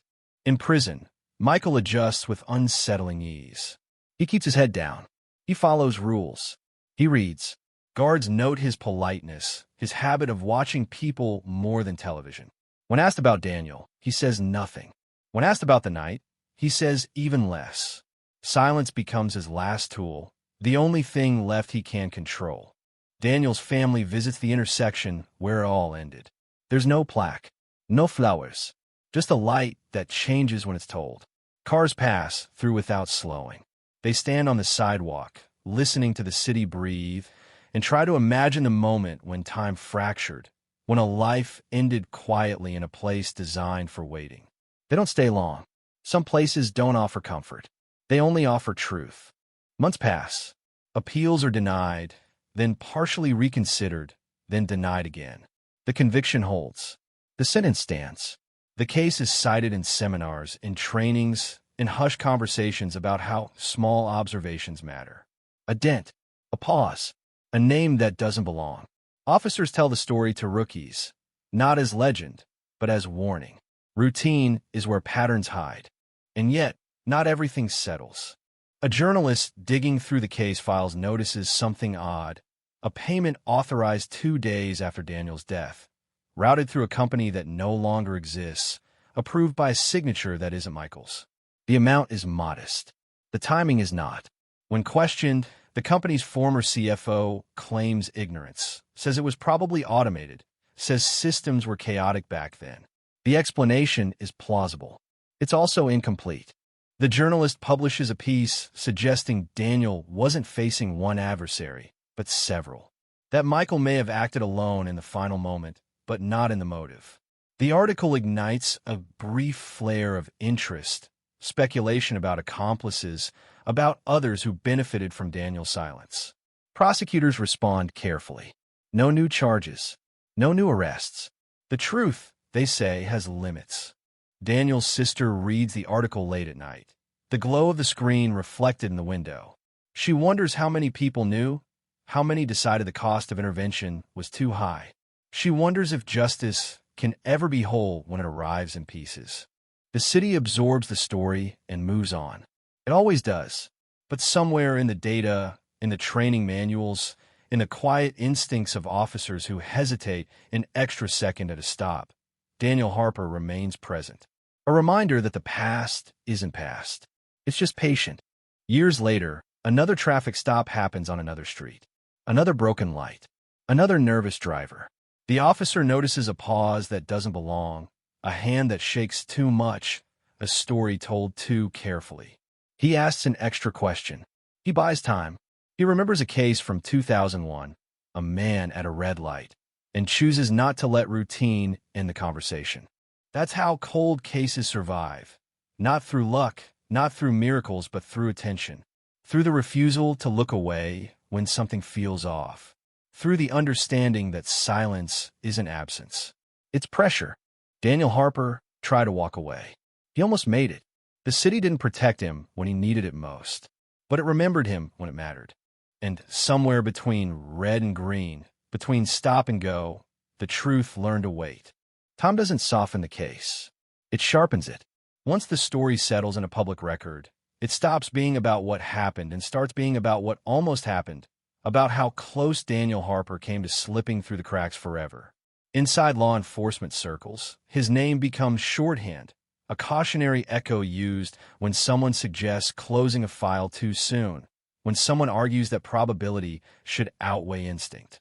In the cold case unit, the file remains open in a technical sense, not because anyone expects another arrest, but because too many questions still breathe between the pages.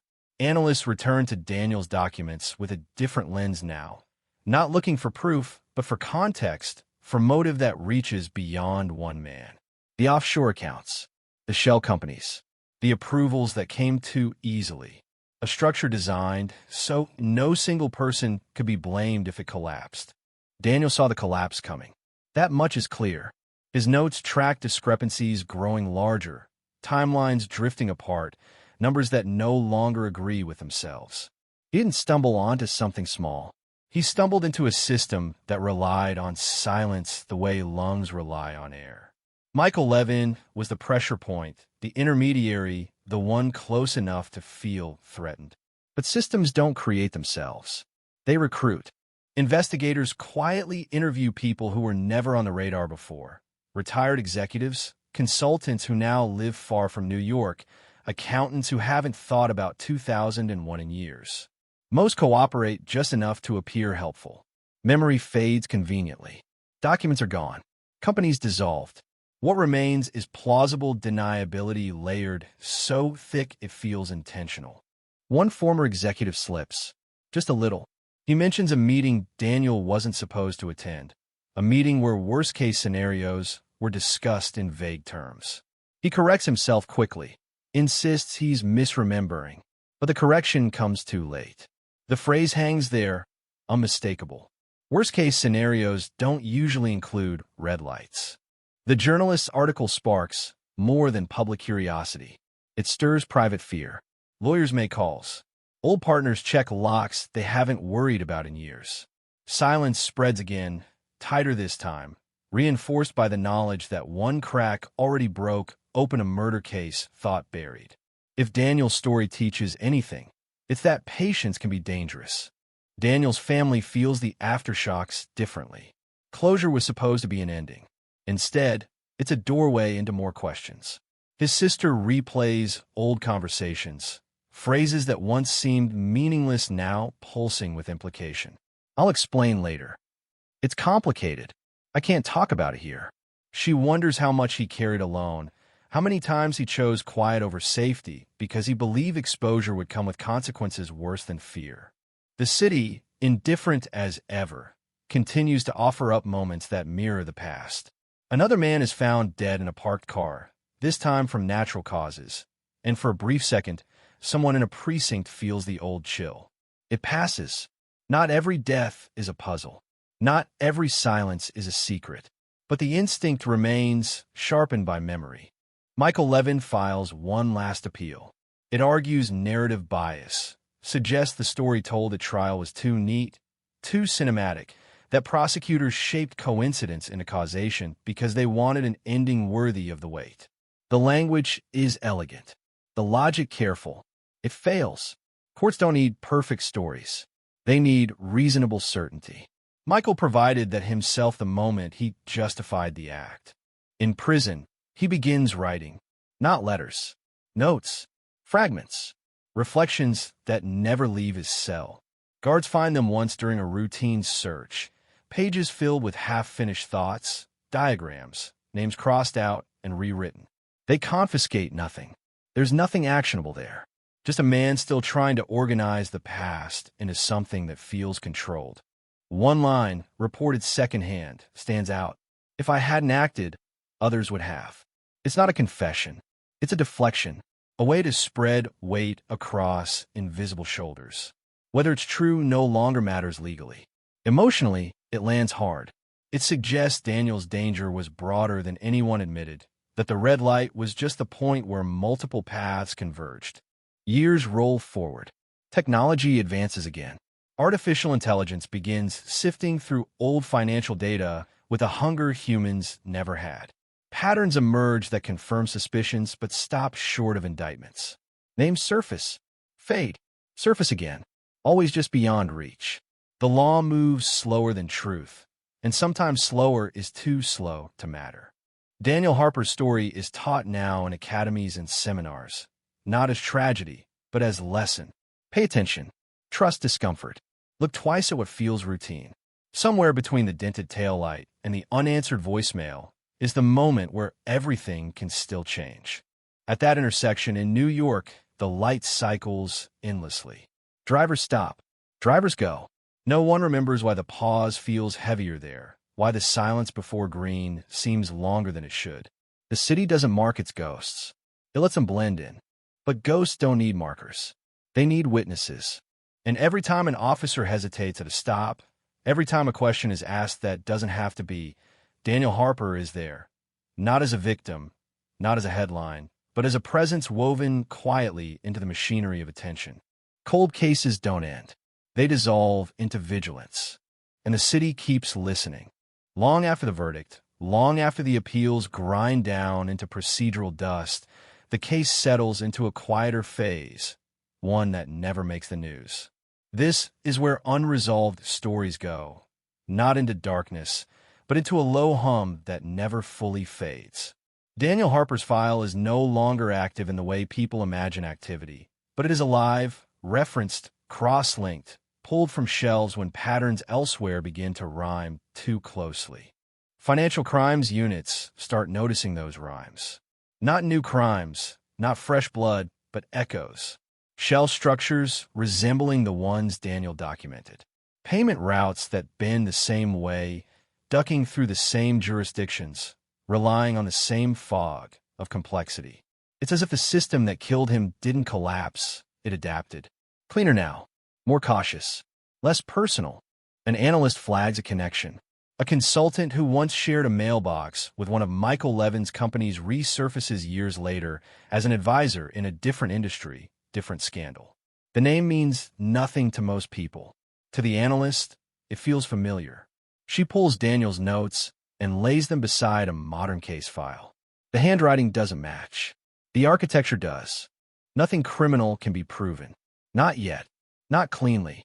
But suspicion is a kind of currency, and it begins to circulate again among people who understand how these things work. Quiet interviews resume. Discreet inquiries. The machinery hums. Daniel's sister receives a call from a federal agent she's never met.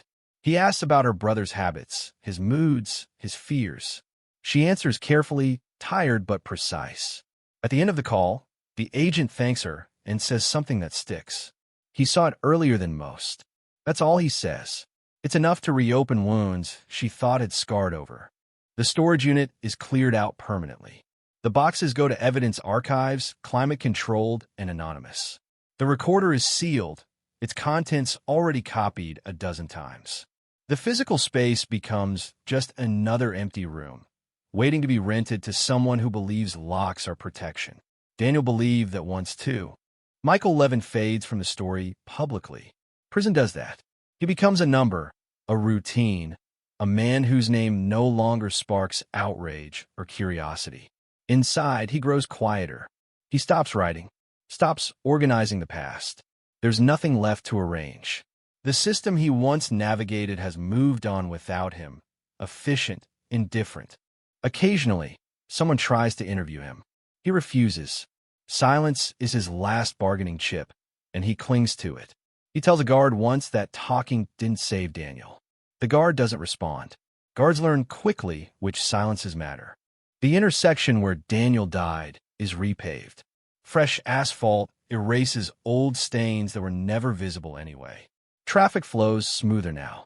The city improves itself constantly, sanding down rough edges until history fits beneath the surface. People stop there every day without knowing why the air feels heavier for a moment, why the pause before green feels loaded. In training rooms, the case is no longer framed as a miracle. It's framed as work, as persistence, as the accumulation of small attentions that eventually outweigh denial. Instructors emphasize the ordinariness of the breakthrough. A broken taillight, a nervous pause, a name that rang faintly familiar. They remind recruits that drama is rarely loud when it matters most. Somewhere in a precinct, an officer pins a sticky note above a desk. Routine is a lie. No one remembers who wrote it first. It doesn't matter. It stays. The journalist who reignited the accomplice theory publishes a follow-up years later. It's careful, measured. It doesn't accuse. It maps. It shows how Daniel's death intersected with a larger ecosystem that never faced daylight. The article wins awards. It doesn't produce arrests. Readers feel unease, then move on. Unease is the residue of cold cases. It's what remains when answers arrive too late to heal. Daniel Harper's story becomes less about him as a person and more about him as a signal.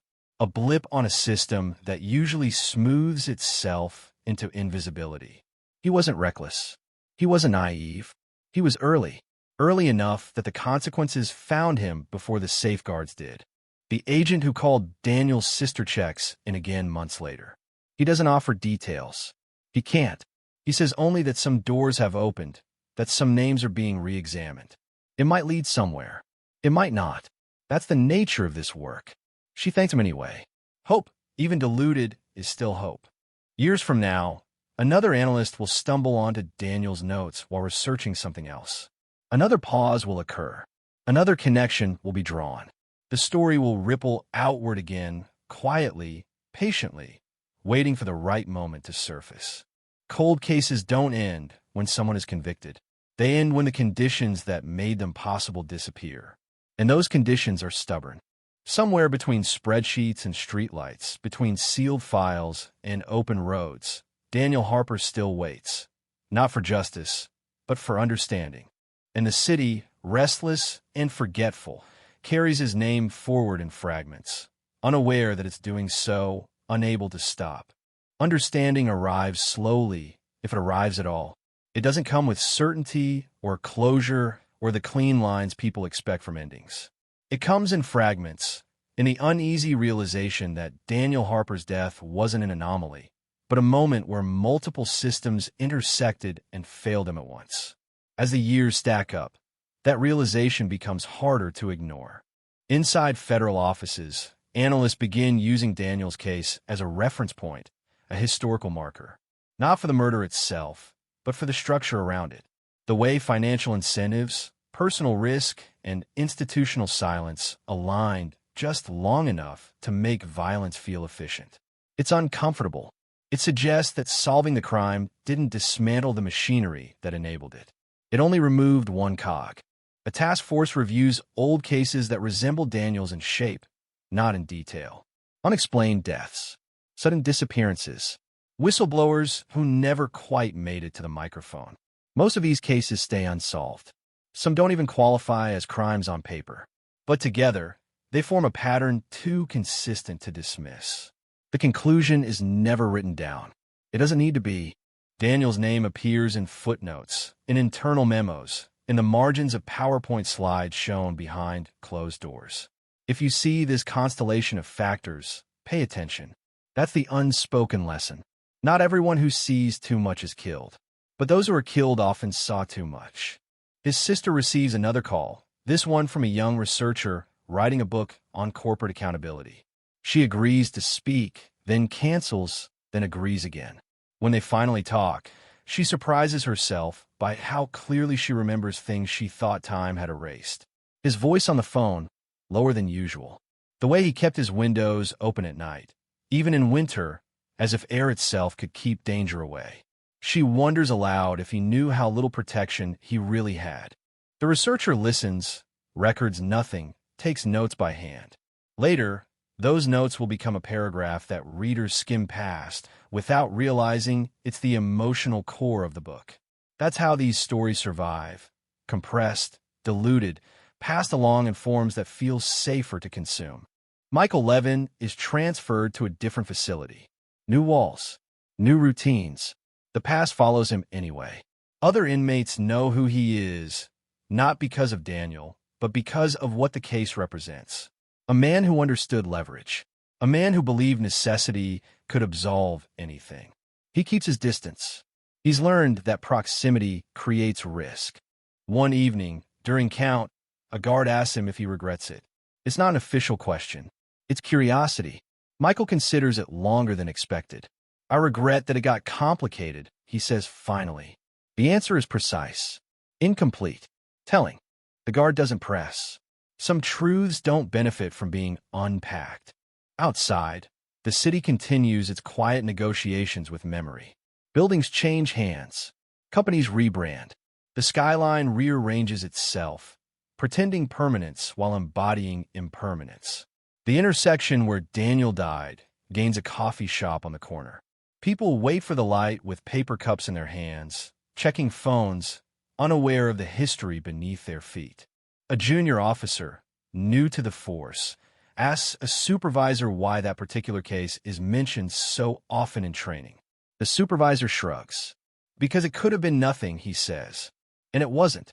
The explanation satisfies no one. It isn't meant to.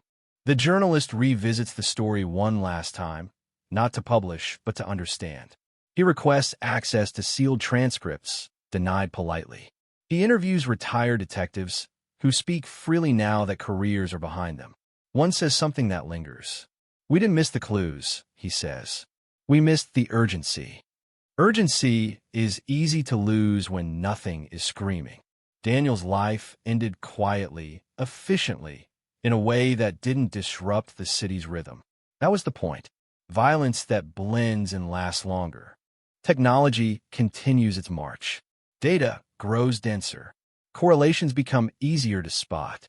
Somewhere, an algorithm flags a transaction that resembles one Daniel questioned decades earlier.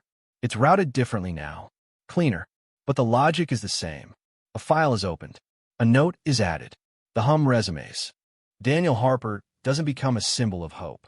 He becomes a reference, a reminder that truth doesn't announce itself with certainty, that danger often arrives disguised as routine. His story is not inspirational. It's instructional. An instruction, unlike inspiration, lingers. When a traffic light turns red at that intersection, cars stop without thinking. They wait because they're told to, because systems work most of the time. They trust that green will come, that movement will resume, that nothing unexpected will happen in the pause. Daniel trusted systems too. Contracts, processes, documentation. He believed that if something went wrong, there would be recourse. The city knows better now. Somewhere between compliance and resistance, between silence and speech, his story continues to circulate, unseen, shaping decisions no one traces back to him. Cold cases don't haunt because they're unsolved. They haunt because they explain too much. By the time the story reaches its 10th year after conviction, it no longer belongs to the courtroom or the headlines. It belongs to systems, to policy drafts, to training modules, to conversations held in low voices where names are used sparingly and implications do the heavy lifting. Daniel Harper's case becomes something people point to without pointing directly, a quiet reference that signals seriousness without theatrics. In one such meeting, a senior investigator pauses over a slide filled with arrows and boxes, tracing money as it vanishes and reappears. He doesn't mention Daniel by name. He doesn't have to. Everyone in the room understands the lineage of the diagram, understands why a man who died at a red light 2 decades ago still matters to how they read data today. Patterns, once learned, don't unlearn themselves. Daniel's sister stops giving interviews. She said everything she can say. What remains feels private, fragile, not meant to be shaped into quotes. She keeps one habit, though. Every year on the anniversary of his death, she drives through the intersection at night, windows down, radio off. She stops when the light tells her to stop. She waits. When it turns green, she goes. It's not ritual. It's acknowledgement. Michael Levin's appeals finally exhaust themselves. The legal language grows thinner, repetitive, circling the same arguments that no longer persuade anyone. He settles into the long middle of a sentence that will outlast his relevance. New inmates arrive who don't know his story. Old ones leave. Time flattens him into routine, the very thing he once exploited. A correctional psychologist notes in a report that Michael displays no overt remorse, only frustration at inefficiency. Inefficiency of investigation, of exposure, of fate. The report isn't damning. It doesn't need to be. It's filed and forgotten, another data point in a system that catalogs outcomes without judging them. Elsewhere, a corporate compliance officer flags a transaction and pauses. Something about it feels familiar, not in detail, but in shape. She escalates it, reluctantly, knowing escalation brings attention, attention brings resistance. The review uncovers nothing actionable, but a note is added to a database, tagged quietly, waiting. That's how vigilance works now, not with sirens, but with memory. The journalist retires the story at last. He writes one final paragraph for himself, never published, about how Daniel Harper taught him that truth isn't always buried. Sometimes it's visible and ignored, because seeing it would require action, and action has consequences. He closes the file and doesn't open it again. In academies, instructors update the case study. New recruits weren't born when Daniel died. To them, 2001 feels abstract, distant. The instructors don't dramatize. They emphasize process. The pause at the window. The decision to ask one more question. The understanding that routine is where danger hides best. Recruits nod, not fully grasping that one day, memory might be all they have. The The city keeps layering itself over the past. New paint, new signs, new storefronts. The intersection is brighter now, safer by every measurable metric. And yet, sometimes, late at night, a driver will stop there and feel an inexplicable urge to check the mirror to make sure no one is behind them who shouldn't be. Instinct doesn't need explanation. Daniel Harper's name surfaces one last time in an internal memo recommending expanded protections for internal dissenters. It's a footnote, a citation, a quiet acknowledgement that someone paid a price before the system learned how to listen. Cold cases don't close with answers. They close with changes, incremental, imperfect, easily reversed if attention fades. Daniel's case changed how people watch, how they hesitate, how they decide that a small detail might matter after all. And somewhere between red and green, between what's allowed and what's right, his story continues to exert pressure, subtle and constant. Because the most dangerous moment isn't the crime. It's the moment everyone decides nothing is happening. Nothing announces the end of a story like this. There is no final revelation, no sentence that clicks the lock shut. What arrives instead is quiet, the kind that settles only after everything loud has already failed. Years pass without ceremony. Files age. Databases migrate.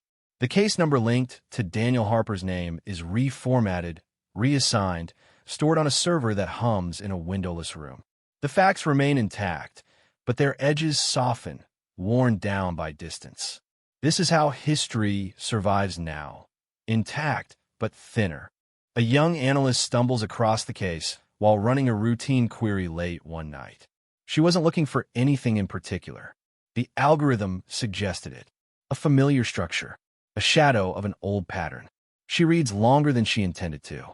When she finishes, she doesn't feel shock. She feels recognition. That unsettles her more. She saves the file, not flags it, not escalates it, just saves it. A small act. But small acts are where stories like this begin, and where they almost end. Daniel's sister sells her apartment and moves farther from the city. On her last night, she packs the final box, then sits on the floor, surrounded by echoes. She tries, one last time, to remember his face without thinking about how he died. It works briefly. She smiles. That feels like permission. Michael Levin grows older in custody. His hair thins. His name stops carrying weight. The system he once navigated with confidence no longer resembles the one outside the walls. New safeguards, new language, new loopholes waiting to be discovered by someone else. He understands, finally, that he was never unique, just early. One winter, the traffic light at that intersection malfunctions. Red sticks longer than it should. Cars line up, engines idling, breath fogging windows. No one knows why they're waiting. They just are. A few drivers grow impatient. Most don't. The light eventually turns green. The city exhales and moves on. No report mentions Daniel Harper. No plaque marks the spot. There is no official memory. Only behavior. Pauses where there didn't used to be pauses, questions asked where silence once felt easier. Cold cases don't stay alive because people talk about them. They stay alive because they change how people act when no one is watching. Somewhere, a decision is delayed by a moment of doubt. Somewhere else, a routine stop becomes a longer look. Somewhere, someone chooses to document instead of dismiss, to ask instead of assume. None of them know Daniel's name. They don't need to. His story has already done its work. The city keeps its rhythm. Red, green, go, stop. Trust the system. Question it just enough. History doesn't repeat itself exactly. It refines. And beneath the hum of engines and data and time, one truth remains, unspoken but understood. The most dangerous crimes are the ones that look like nothing at all. And the most lasting echoes come from a moment just before everyone decides to move on. There's a strange afterlife to stories like this, a phase that exists beyond closure, beyond verdicts, beyond the last word spoken into a courtroom microphone. It's where the case stops being a narrative and starts becoming atmosphere, something felt rather than remembered. Long after the files are archived, the systems updated, the names reduced to searchable text, the case lingers in habits, in how officers approach a car window at night, in how analysts hesitate before clearing a flagged anomaly, in how silence itself becomes suspicious. No one calls it legacy. It's too quiet for that. A veteran detective, weeks from retirement, flips through old notes one final time. He pauses at Daniel Harper's name, not because he expects to find something new, but because he wants to understand why this one stayed with him. There were bloodier scenes, louder scandals, but this unfolded in plain sight, under streetlights, under rules, under routine. That's what still bothers him. He closes the notebook and leaves it behind, lighter than he expected to feel. In a precinct across the river, a rookie officer finishes night shift and sits in his car for a moment before driving home. He replays a traffic stop from earlier, something about the driver's hands, the delay in answering a simple question. It turned out to be nothing. Probably. Still, the thought follows him. He files a short note before clocking out, just in case. He doesn't know why he does it. He just knows it feels wrong not to. The city doesn't acknowledge these moments. It has no language for them. It counts arrests, response times, resolutions. It doesn't count restraint. It doesn't log intuition. It doesn't measure the value of someone deciding to look again instead of away. Daniel Harper becomes less a person and more a reference point, a ghost built of implication. His photograph fades in digital archives. Resolution lost to compression, but the shape of his story stays sharp. A man stopped at a light. A routine moment. A sudden ending. The kind of death that shouldn't ripple, and yet does. Years later, an unrelated investigation uncovers a financial structure eerily similar to the one that once circled Daniel's life. Different names, different city, same design. This time, the response is faster, cleaner. The network collapses before it fully forms. No press release mentions why the warning signs were recognized so early. No one connects it publicly to a murder from 2001. Internally, some do. Quietly. Cold cases are often described as frozen. But this one never was.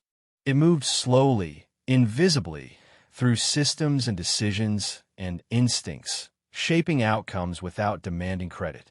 It taught without speaking, warned without appearing, persisted without needing to be solved again. On a rainy night, a driver stops at that same intersection. The light turns red. The city reflects off the pavement in fractured color. For no clear reason, the driver feels uneasy, checks the crosswalk, the mirrors, the darkness beyond the glow. Nothing happens.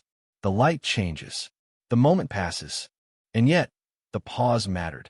Because the true end of a case like this isn't when the mystery is explained. It's when the explanation stops being necessary. When awareness replaces ignorance. When routine is no longer trusted blindly. When the absence of violence is no longer mistaken for safety. The story doesn't conclude. It diffuses. Into caution. Into memory without a name. Into the thin space between red and green, where everything looks normal and never truly is. Eventually, even the echoes begin to thin. Not disappear, just stretch, like sound traveling farther than it was ever meant to go. The city teaches itself new habits without announcing the lesson. Checklists grow longer. Training videos add a few extra seconds before the cut. Databases whisper suggestions instead of issuing commands. Nothing about it feels dramatic. That's the point. Drama is easy to remember. Subtlety is what endures. A night dispatcher notices a pause in a caller's voice and waits instead of interrupting. The silence gives up something small but useful. A patrol unit is redirected. Somewhere else, a minor incident never becomes a headline. No one celebrates. There is no reason to. Daniel Harper's name surfaces one last time in a decommissioned server during a data purge. The technician hesitates, fingers hovering over the keyboard. He doesn't know the story. He only knows that the file has been accessed more than others from the same year. Curiosity wins. He reads just enough to feel the weight of it, then transfers the data instead of deleting it.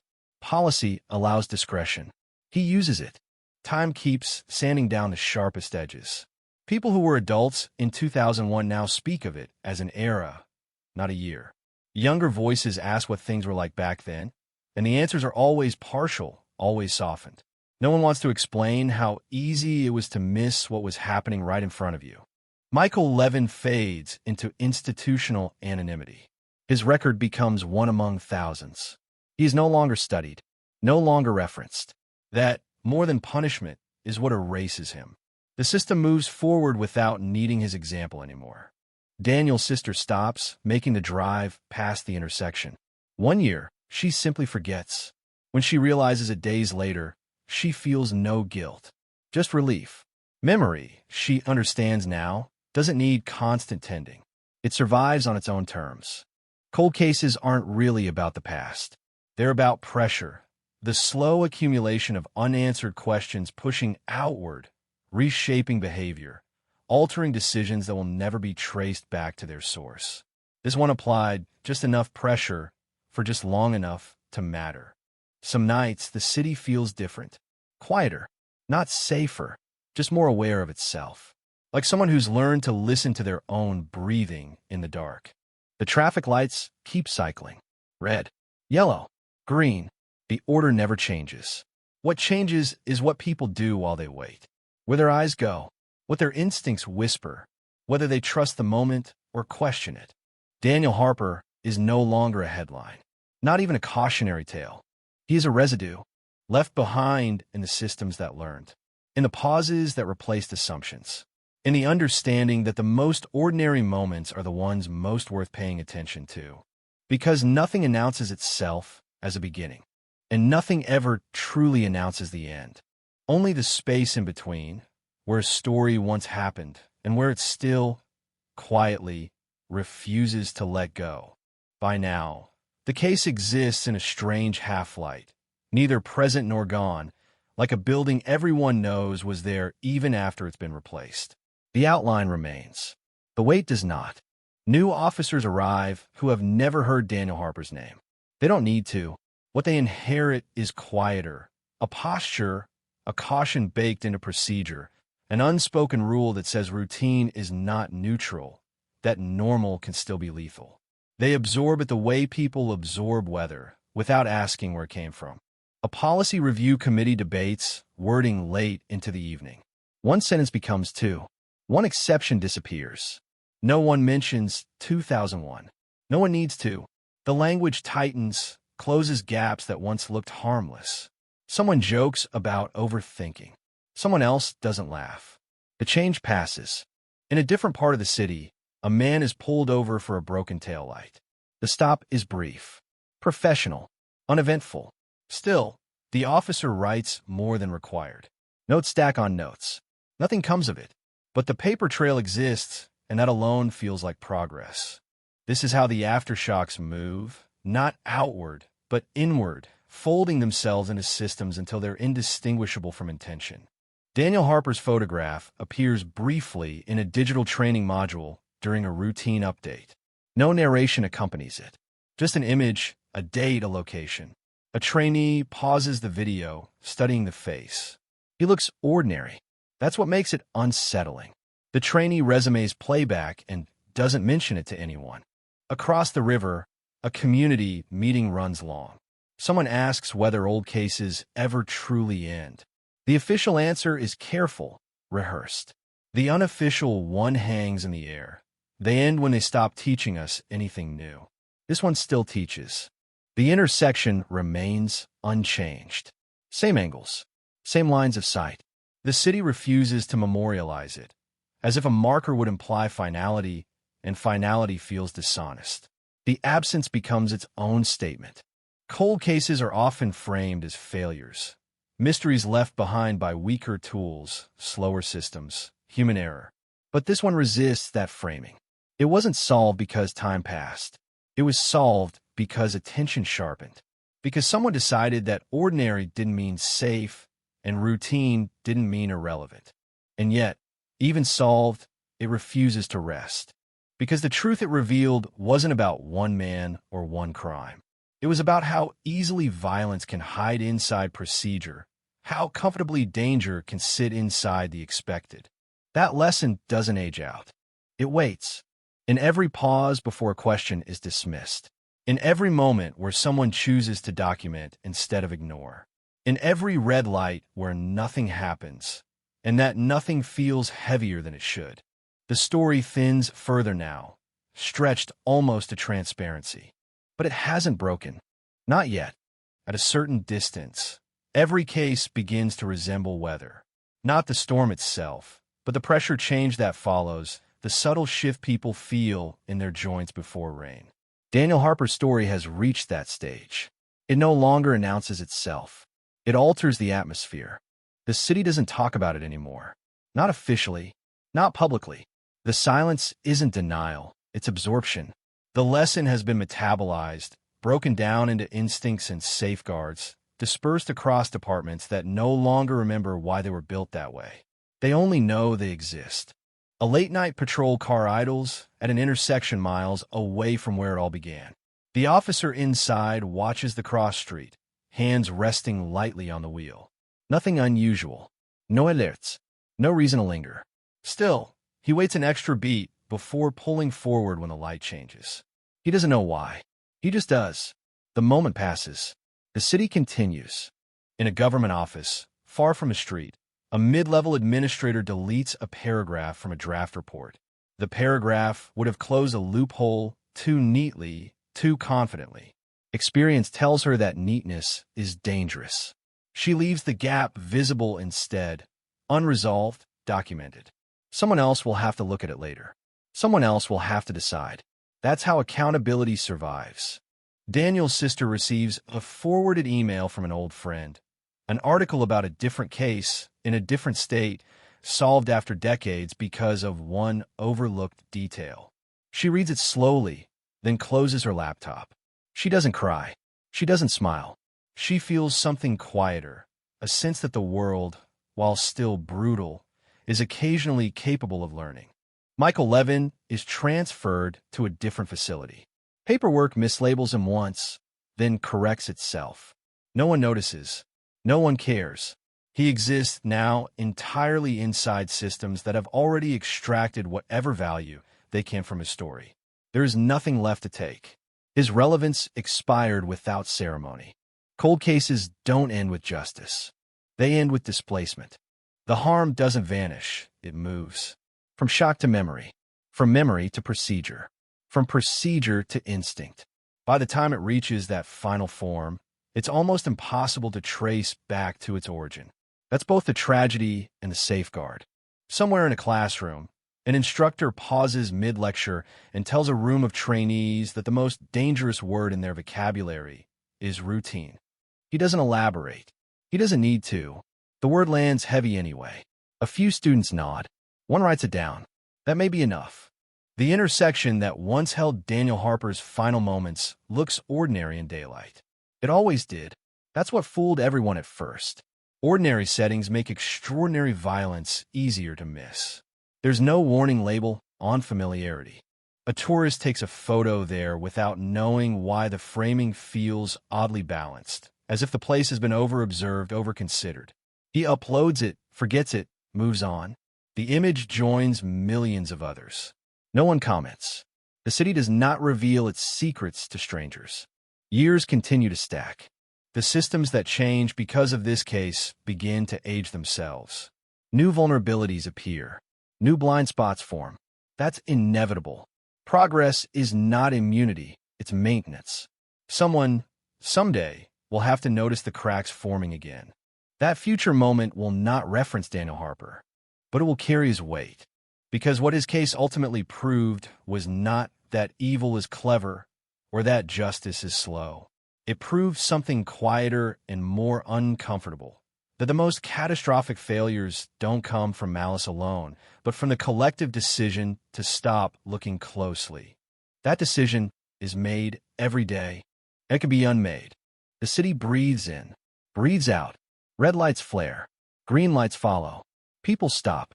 People go. Most arrive home safely, never knowing how many invisible hands nudge the system just enough to keep it that way. This is not closure. This is continuation. A story no longer told, but enacted in pauses, in notes, in second looks that feel unnecessary until they aren't.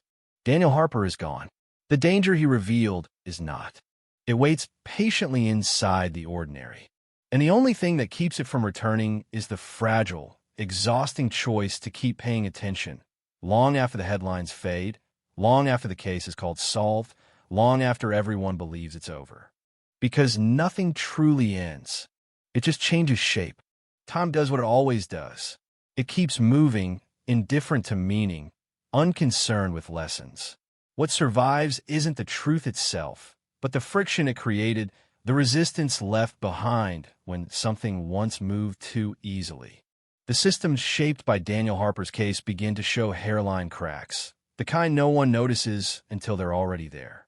Budgets tighten, training hours shrink, language softens.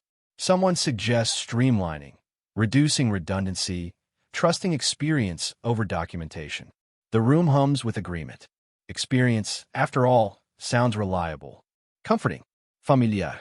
That's how it starts again. Not with violence, with efficiency. A mid-career investigator reviews a report and feels a faint, irritating sense of déjà vu. The details don't match anything specific. It's the structure that bothers him, the way assumptions stack neatly, the way uncertainty is smoothed over instead of explored. He rereads it once more before signing off. The irritation lingers. He sends it back for clarification. The delay annoys everyone involved. He accepts that. Elsewhere, a civilian oversight board debates whether certain review processes are outdated. Someone argues they were built for a different era. Slower systems, less data. Another voice, quieter, reminds the room that the era they were built for thought the same thing about itself. The vote is postponed, not defeated, just postponed. Sometimes that's enough. Daniel Harper exists now only as a faint imprint inside these moments of hesitation. No one invokes his name. No one connects the dots explicitly. The story has dissolved into instinct, and instinct is notoriously bad at remembering its origins.